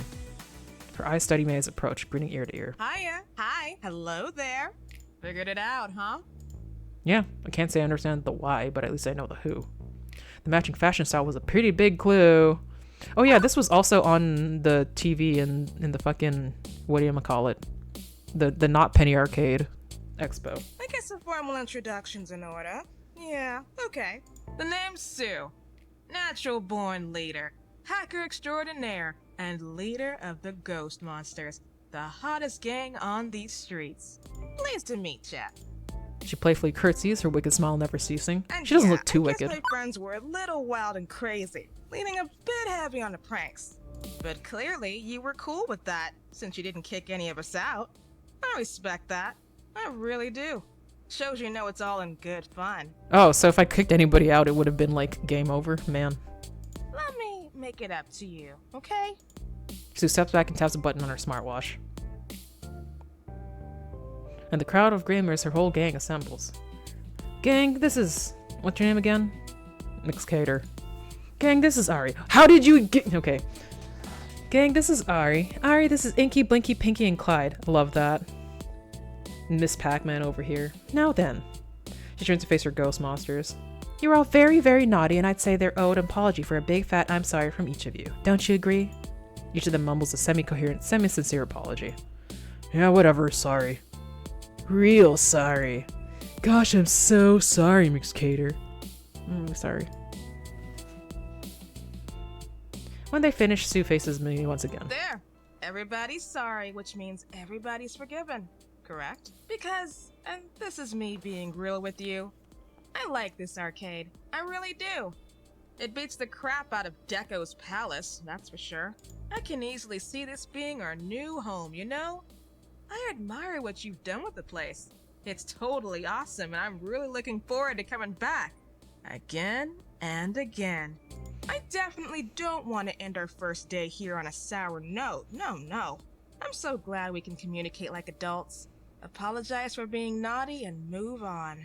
Now, okay, we may still ruffle a few feathers while we're here, but that's cool, right? I'm sure you understand that it's all fun and games. Nothing personal. It depends what you fucking do. So, what do you say, friend? All's forgiven? I paused, taking everything Sue rambled on about. Let me get this straight.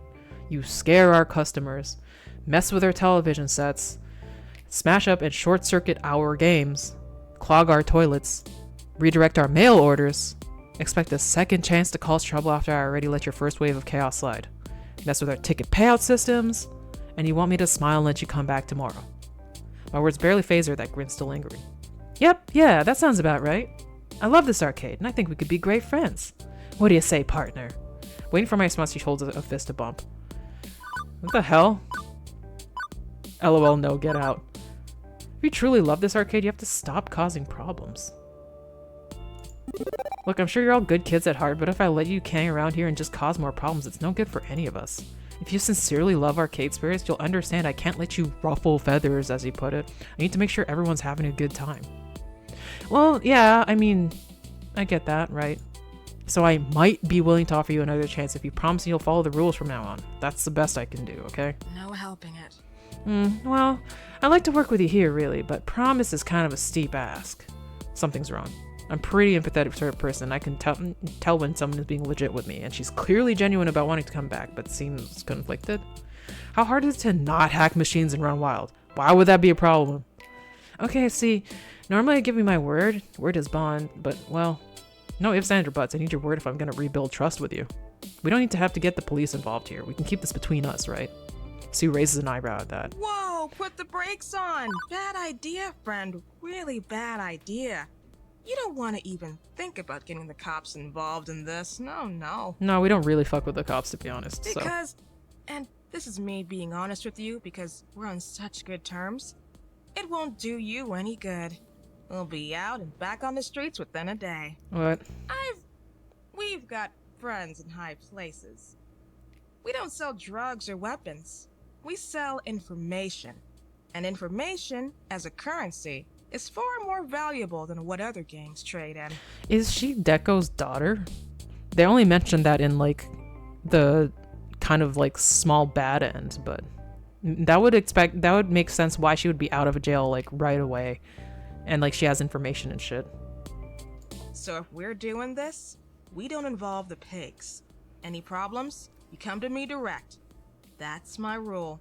Break that rule, and well, you don't want to see what I can do with the push of a single button. So you're threatening me now, though. So not— yeah, what the fuck? I'm just telling you how it is. What you do now is entirely up to you. Before she continued her tirade, we're rather rudely interrupted. Oh shit! The cool girls are here. Oi, Sue! The hell you think you're doing here? Thick tension now surrounding us melts away, redirected to the new challengers. All eyes glare towards them. Oh, great. Okay, Ari, hold that thought. I got business to attend to. Damn right you do! Ghost monsters don't operate south of 23rd Street. You damn well know this is lovely chainsaw territory. Look at these sick girls. Oh my god. Get lost or get tossed! Yeah, you can move in here, that's fine. If I wasn't confused before, it sure as heck am now. All I can do is watch this unfold before me. With the clap, Sue summons her buddies to her side. I'm sorry, south of what? I don't recall any signing any non-compete agreements with you, darlings. Ghost monsters for life! Oh, ghost monsters? This locker room gossip queen is respecting your fearless leader. What do we say to that? Nobody disses Sue on my watch. Nobody! Yeah, and I ain't scared to hit a chick. I'm an equal opportunity, socially maladjusted individual. I think you got your answer, ladies. Now then. Let's rumble! Can you not fucking fight in my goddamn arcade? Well, to their credit, they didn't throw the first punch. We're talking Han didn't shoot first levels of moral high ground there. Immediately, the ghost monsters and the lovely chainsaw are at each other's throats, grappling, punching, shoving each other. Baseball bat gets swung and clangs off the side of a racing games. Soda cans are thrown, someone uproots the chairs sitting near the snack machines and that goes flying too. It's chaos, complete another chaos. And it needs to stop, now. Iris! Already calling the cops, Ari! As for me, it's funny. When you start the day anxious about what the future may bring, when that future goes completely poop, well, that anxiety just fades away. There's something oddly freeing about seeing your world crumble around you. There's nothing left to fear. And that means I can swing into action ready to face it. Priority 1, get the customers the hell out of here. Gavin and Ashley are already on that. I join in trying to funnel the panicked crowd of kids and gamers out the door and away from the carnage. This way, hurry! In an orderly fashion, please. Out! Everybody out! The fight spills into the restaurant area, fortunately well after everybody eating there had been bailed out of the place. This adds greasy french fries to the mix of crap being thrown around the air at the opposing sides in this gang war. Damn it! I'm not letting that bitch get away with this! Until now it's been the world's sloppiest barroom brawl. Teenagers flailing at each other wildly, generally wrecking the scene rather than each other. But now she's pulled out a gun! Not it's an arcade light gun, but a real-life shooting and killing gun. This isn't happening. That cannot be happening. But this is 100% happening. The leader of the lovely chainsaw gang raises her weapon and takes aim at Sue, trying to end this. But her target is conveniently tucked behind Mrs. Defame and Gavin. If I don't do something, someone is going to be seriously hurt. My mind races. Calm acceptance watches over me. This is how things will be. No helping it. One chance to do something good in the midst of all this chaos. Let's do a save. Because, like, what the hell is this going to be? The time slows for me, and I'm trapped in a dream state. Pure instinct takes over, and I start running toward them. Let's protect Sue. She's a fucking kid. Get down!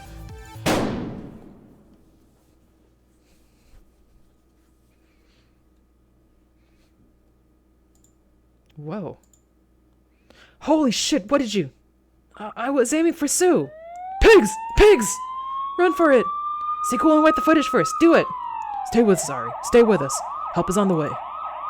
And then I die, and then I don't have to deal with any of my problems. Hi, Francine. I just wanted to make a dream for everyone to enjoy. That's all. Was that so wrong? That's what you would have done. That's what you did do for all of us. But I guess no good deed goes unpunished, huh? The Cater family curse. You've a strong spirit, dear. You'll get through this. I know you will. Thanks, Grandma. But for now, you'd best wake up. There's still more to be done. Thanks, Grandma. Why are you kids so fucking shitty? Slowly, very slowly, I open my eyes. The soft beeping of medical monitoring greets me, as well as an angel in white. Well, an angel in a white lab coat. While they're no heavenly being, they do appear to be my doctor armed with nothing more than a clipboard. I'm still a little hazy as I briefly explain the situation. Thanks to my wild theatrics, I startled the shooter enough that her bullet missed its intended target, and instead it went right into my leg, which hurts like fuck. But it apparently resulted in a surprisingly clean shot that I'll recover from in a few weeks easy. 2 days in the hospital, a week or two on crutches, some limping, and then I'll be back to 100%.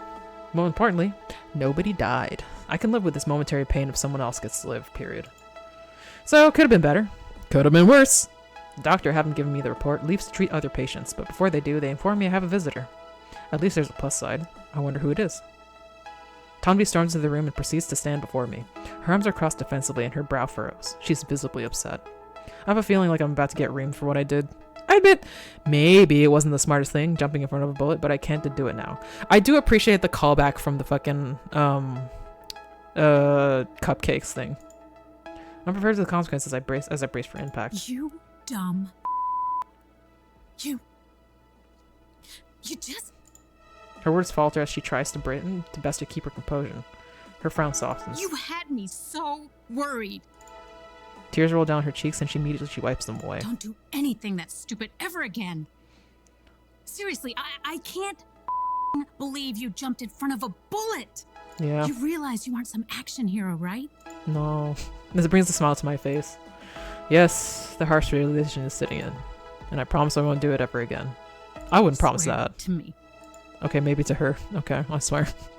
I swear I won't get a shot again. Tanvi's defensive stance melts away and her whole body relaxes as she sighs. Good. Because I can't bear the thought of losing you. I just couldn't imagine my life without you. She pauses, biting her lower lip. I hate that I had to get shot to resolve this. Maybe we could have done it without getting shot, like, talking like adults, but, you know. She averts her eyes, her cheeks flushing red.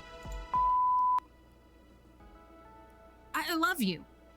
I love you. A lot. Oh. So there. Now you know. Even though my leg is throbbing, my heart skips a beat before I can respond. I wonder which one is which. I think that's too much for now. Hearing her mirror my sentiments from earlier, I couldn't help but smile. I love you too, Tanvi. More than words can begin to describe. I care for you deeply, passionately, and intrinsically. I've never loved anyone as much as I love you. You're my everything. Oh, Ari. I couldn't bear the thought of losing you either, which is why I felt so upset earlier and let that get the better of me. Honestly, I should have taken the time to talk to you in a more collected manner, and for that I apologize. Yeah, I wasn't perfect at discussing it either. And I'm a fool thinking that it took me almost losing you to be able to share my feelings for you. It's ridiculous. I mean, like, life comes at you fast. Commitment and devotion have always scared me. I've been burned hard in the past and have closed myself off from those emotions. I didn't want to get hurt again, but with you, everything just feels right. Yeah, it does feel right, doesn't it? Seeing you injured made me realize I didn't want to be without you. And so while you were recovering, I made a few calls, talked to the demon and the other heavenly kings. Oh? I still want to be able to live in a tame house, but that's my dream, and I can't give that up. But being with you is also my dream, so I was able to find a solution. Get this. 2 houses. Fuck yeah! 2 houses! Obviously they aren't going to demolish the house they have now over in Japan, but we decided to open a secondary house. Here. In this city. So how exactly will that work? Will they move over here then? Nope. No way. Not a chance. They can't all uproot and leave what they have. Just like how I don't want to be abandoned what I have here. Instead, they put me in charge of compiling my own team for here in the States. A full branch of 4HK. I'll be scoping out hot local towns and inviting them here to play with me. Granted, I'm still going to take trips to visit. Seriously, yeah. Study and play ball with the rest of the kings. But this way, I don't have to leave forever. That's... Is this really happening? Is this some fever dream? I pinch myself to make sure this is 100% real and it hurts. Not as bad as my lead currently, but hurt just enough to know I'm awake. You seriously found a best for both worlds, Queen? That's great! I'm happy for you, Queen Bee. I'm happy for me too! This is the best possible outcome, more than I could have imagined. Dare I ask what other outcomes you imagined? Oh, most of the scenarios involved me living alone with 10 cats. You know, really get to that cat person life. I'll allow us 2 cats at most. I'm just glad that you're on board with all of this. Of course I am. Tonbi, you mean so much to me. And you to me. I'm excited to start this new adventure with you. Tonbi steps in closer to where I'm laying, leans in, and kisses me gingerly. My whole body melts as warmth spreads out over my entire body. Hey, thanks. Thank you for listening to me. You are the best, truly. Now get some fucking rest. I'm out. I wish desperately to get out of this bed and follow her, but with this leg, there's no chance of that. So I'm left pining. Seeing the person I care for the most was certainly a boon to my spirit. Now if they could only do something about the food here. With my heart calmed, my body finally tells me it's exhausted. I snuggle into the covers as a yawn escapes me. As just about to roll over and drift off to sleep, another visitor drops in. It's likely well past visiting hours, but with no small amount of both dread and relief, I'm glad to see her. Juniper! Oh shit, what the fuck? Mix Cater. A word if you will. I try to straighten myself up from my pillow backrest. Time to put on my professional front, even if I'm in excruciating pain. Okay, I should start by explaining that what happened today isn't exactly indicative of... I should hope it was. It's hard to disguise the disbelief on my face. What? It seems I misjudged your character based on an initial unpleasant interaction, but from what I saw today, clearly you are no fool, nor coward. I need to let my need to protect my family override my better judgment. How absurd to paint everything you've built at Arcade Spirits with that brush, all over just such a small matter. I saw you selflessly throw yourself in front of that bullet. You didn't have to do that. You chose to do that. It's indicative of somebody who isn't simply in this for the money, as so many in this industry are. While I'm certain why you protected that young criminal, I suppose even someone who respects life deeply enough to protect someone like her is to be respected. I suppose I've become a bit jaded from all those eager to cash in on the arcade scene. All the large-scale arcades I have to review tend to be very impersonal and cold. So, you were impressed with our arcade? Well, let's not go that far. I can't say I was thrilled with the amount of mayhem and disaster going on even before a gang war broke out. But I will also say I've only ever seen that amount of mayhem and disaster once before. It's highly unusual, to say the least. Last time I reviewed a small up-and-coming arcade similar to yours, everything went wrong. Everything. I wrote my review in honest fashion, and as a result of my scathing pen, the place was sold and closed down within a month. Sold to a notable figure in this industry. What, you don't mean? Yes. Dekonami. Such is the fate of any arcade who dares to stand up to him. Your prior business, the Funplex, only escaped being devoured by being far too small to be worthwhile. Sadly, your enthusiasm may have put it in his crosshairs. If you cannot tidy up your reputation after today's affairs, Arcade Spirits will be next. Again and again, torn down by Dekonami. This time, he didn't even have to lift a finger. By pure coincidence, the ghost monsters wrecked everything before he could exact any revenge. No, but maybe he did that. All he had to do was swoop in and buy out what's left of our dreams. However, I've come to a decision. Given I was a first-hand witness to your troubles, which were clearly not your fault, and given your willingness to even put your own life on the line for your arcade, I'm going to tell my editor I need more time, that I want to return in 1 week to get a more accurate and mature overview of your operation. 1 week. That's the best I can offer you. This is a difficult home to climb out of, Mixcator. Even aside from the earlier trouble, having a gang fight and shooting transpired in an arcade. Well, the press will feed on this. Even if I was the only press present accounted for, they'll dig and they'll speculate and they'll chew on your bones. If your arcade survives that initial onslaught, I hope to write a proper review which can lay those concerns to rest. But I'll offer you no more second chances, no more reasonable doubts. Best foot forward when I return, or my readers will know the truth. Understood? Understood. Then I'll leave you to your recuperation. With a curt nod, she turns and leaves the room, leaving me with my thoughts. 1 week. I've got exactly 1 week to completely rebuild our reputation and clear the good name of Arcade Spirits. Otherwise, it's game over. For all of us. I mean, we're already open. I was thinking more like we have 1 week to get back on that fucking leg. Cleared level 7 Arcade Spirits. A winner is you. Let's see your score. You're proving to be a gentle, sweet, and kind around fashion. So, also scored 23,700 points. Woohoo! There's that one last pizza pack. 62% of Americans prefer meat toppings on their pizza, and while 38% prefer vegetarian, everyone loves different kinds of pizza, and that's a beautiful thing. Oh, the final level. It's too late to go on today, so we're just gonna save the game and maybe come back to this next week, and then I'll probably do some like some trying of like various things. But that'll be it for today. Thank you for showing up, Amethyst Lilac. It's good to have somebody to like talk about the ins and outs about this. And you might be asleep by now because I know it gets late, and I did start this late, but it is fine. But yeah, no stream until next week, Monday. Yeah, no, we won't play this Monday. We'll play this next week, Friday. This was supposed to be Friday. I can't do Friday. It's not happening Friday because we're busy up until next week, Monday. But it'll be Yakuza on Monday, and that is the way. And that is it. But yeah, until then, take care of yourselves. Stay cool, stay frosty. And I'll see you next time. Goodbye.